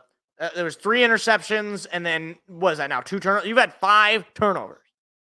This is one of the most putrid showcases from a allegedly, serious sports organization that I've ever seen. But I'll take it. And we're going to yell at the end of this. I'm just telling you right now. So get ready for it. I'm going to yell outside. And I mean, we'll yell into the microphone, but we'll also yell outside. Just because everybody has to know. It's not quiet hours. I'm allowed to be loud.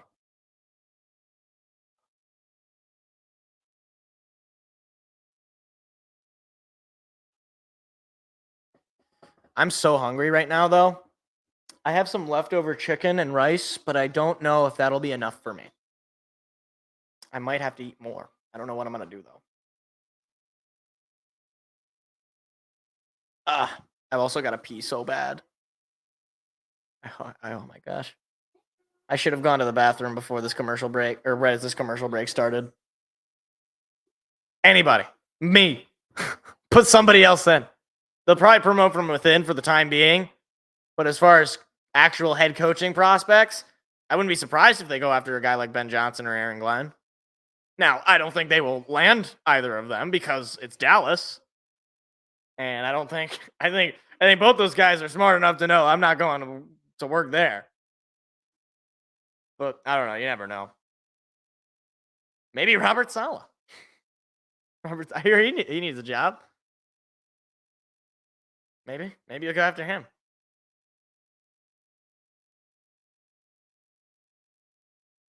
No, I don't actually think they're going to go after Robert Saleh. If they do, I don't think it's going to work because I don't think Robert Saleh is that good of a head coach.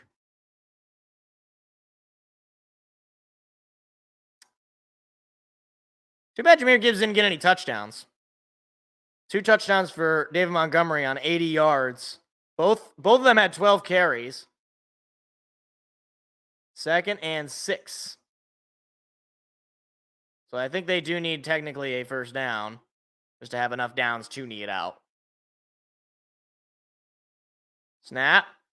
Hand it off to Reynolds. Reynolds is stuffed at the line. It'll be 3rd down.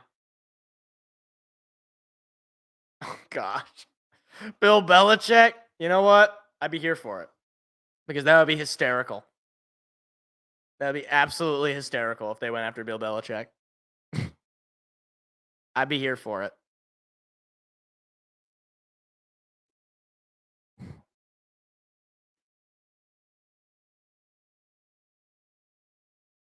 I really hope Joe Burrow goes off in this game as well. Because I need him for my fantasy team. Pete Carroll. That one might actually not be that bad. Because I don't think Pete Carroll wanted to leave coaching. And I believe there's going to be a delay of game. Or a timeout.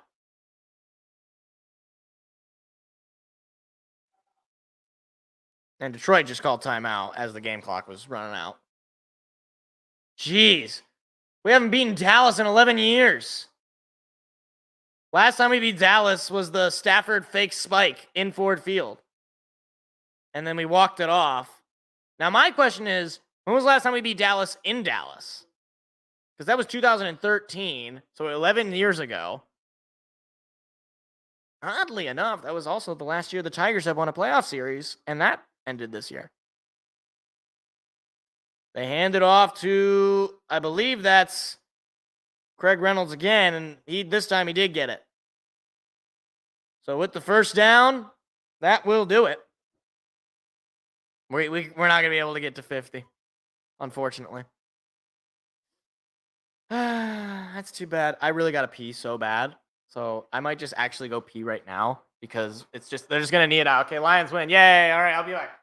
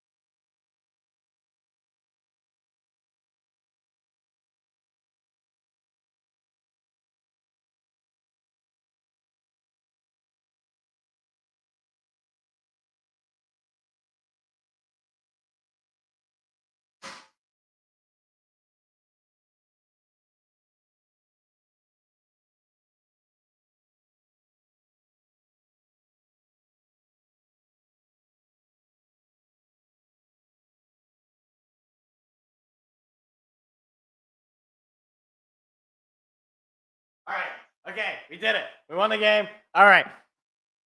Look, I know this was a bit of a weird game because we lose Aiden Hutchinson, but the Lions just blew out the Dallas Cowboys. All right. Who's ready for some yelling? All right. Are you ready? Okay. I got a question for everybody. Y'all know what you're going to say. We're going to say, how about them Cowboys on 3? All right. You ready? Okay. Here we go. Or after I finish counting down, not on 3. So here we go. 3, 2, 1. How about them Cowboys? And then one more time for the people outside. All right. Are you ready? Are you guys ready? All right. 1, 2, 3. How about them Cowboys?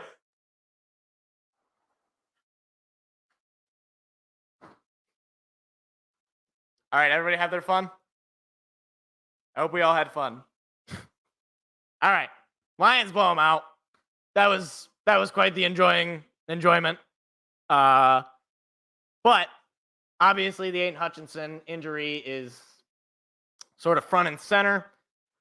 I guess if there's a positive, and there's many, winning a game 47-9, the offense was absolutely lights out. The defense was stellar as well. They couldn't move the ball down the field. Dak Prescott held to under 200 passing yards, had a couple of interceptions as well, plus the couple of turnovers and the interception from Cooper Rush. So defense looked great. One problem now is you are now going to be more than likely without Aiden Hutchinson for the rest of the season. So Brad Holmes, they're going to have, or Dan Campbell, they're going to have to identify somebody out there or internally who can fill that role. I doubt it's going to be someone internally. I think it's going to be somebody like Max Crosby. I really do. I think that's the way. You have to make that phone call. Vegas is in a free fall, and he wants out. I would reckon. I would think he would want out. And he's an Eastern Michigan guy. I believe he's from Michigan as well. So I think he would fit right in terms of, being a hometown guy, being a hard-nosed guy. I think you got to make that call. I really do. So, yeah. With that, though, Lions win it in a weirdly sad way because you lose Aiden Hutchinson. But a win is a win is a win. And a win over the Cowboys is all the more sweet. So I guess we'll go into Tuesday. We'll break it down further. If there's anything that comes out from there, if there's any rumors or anything that I think of. And yeah, we're on to Minnesota. We're on to Minnesota at this point. So with that, I appreciate anybody for stopping by, listening in, hanging out. And yeah, I got nothing more. We're going to be live on Tuesday to break it down on all the sporting news of the week as well. We're going to talk Tigers playoff woes. We're going to talk, obviously, this and the rest of the NFL and college football week. So appreciate everybody for stopping by. Hope you guys have a great rest of your evening and take care. See you later. Goodbye. See ya. Goodbye. See ya.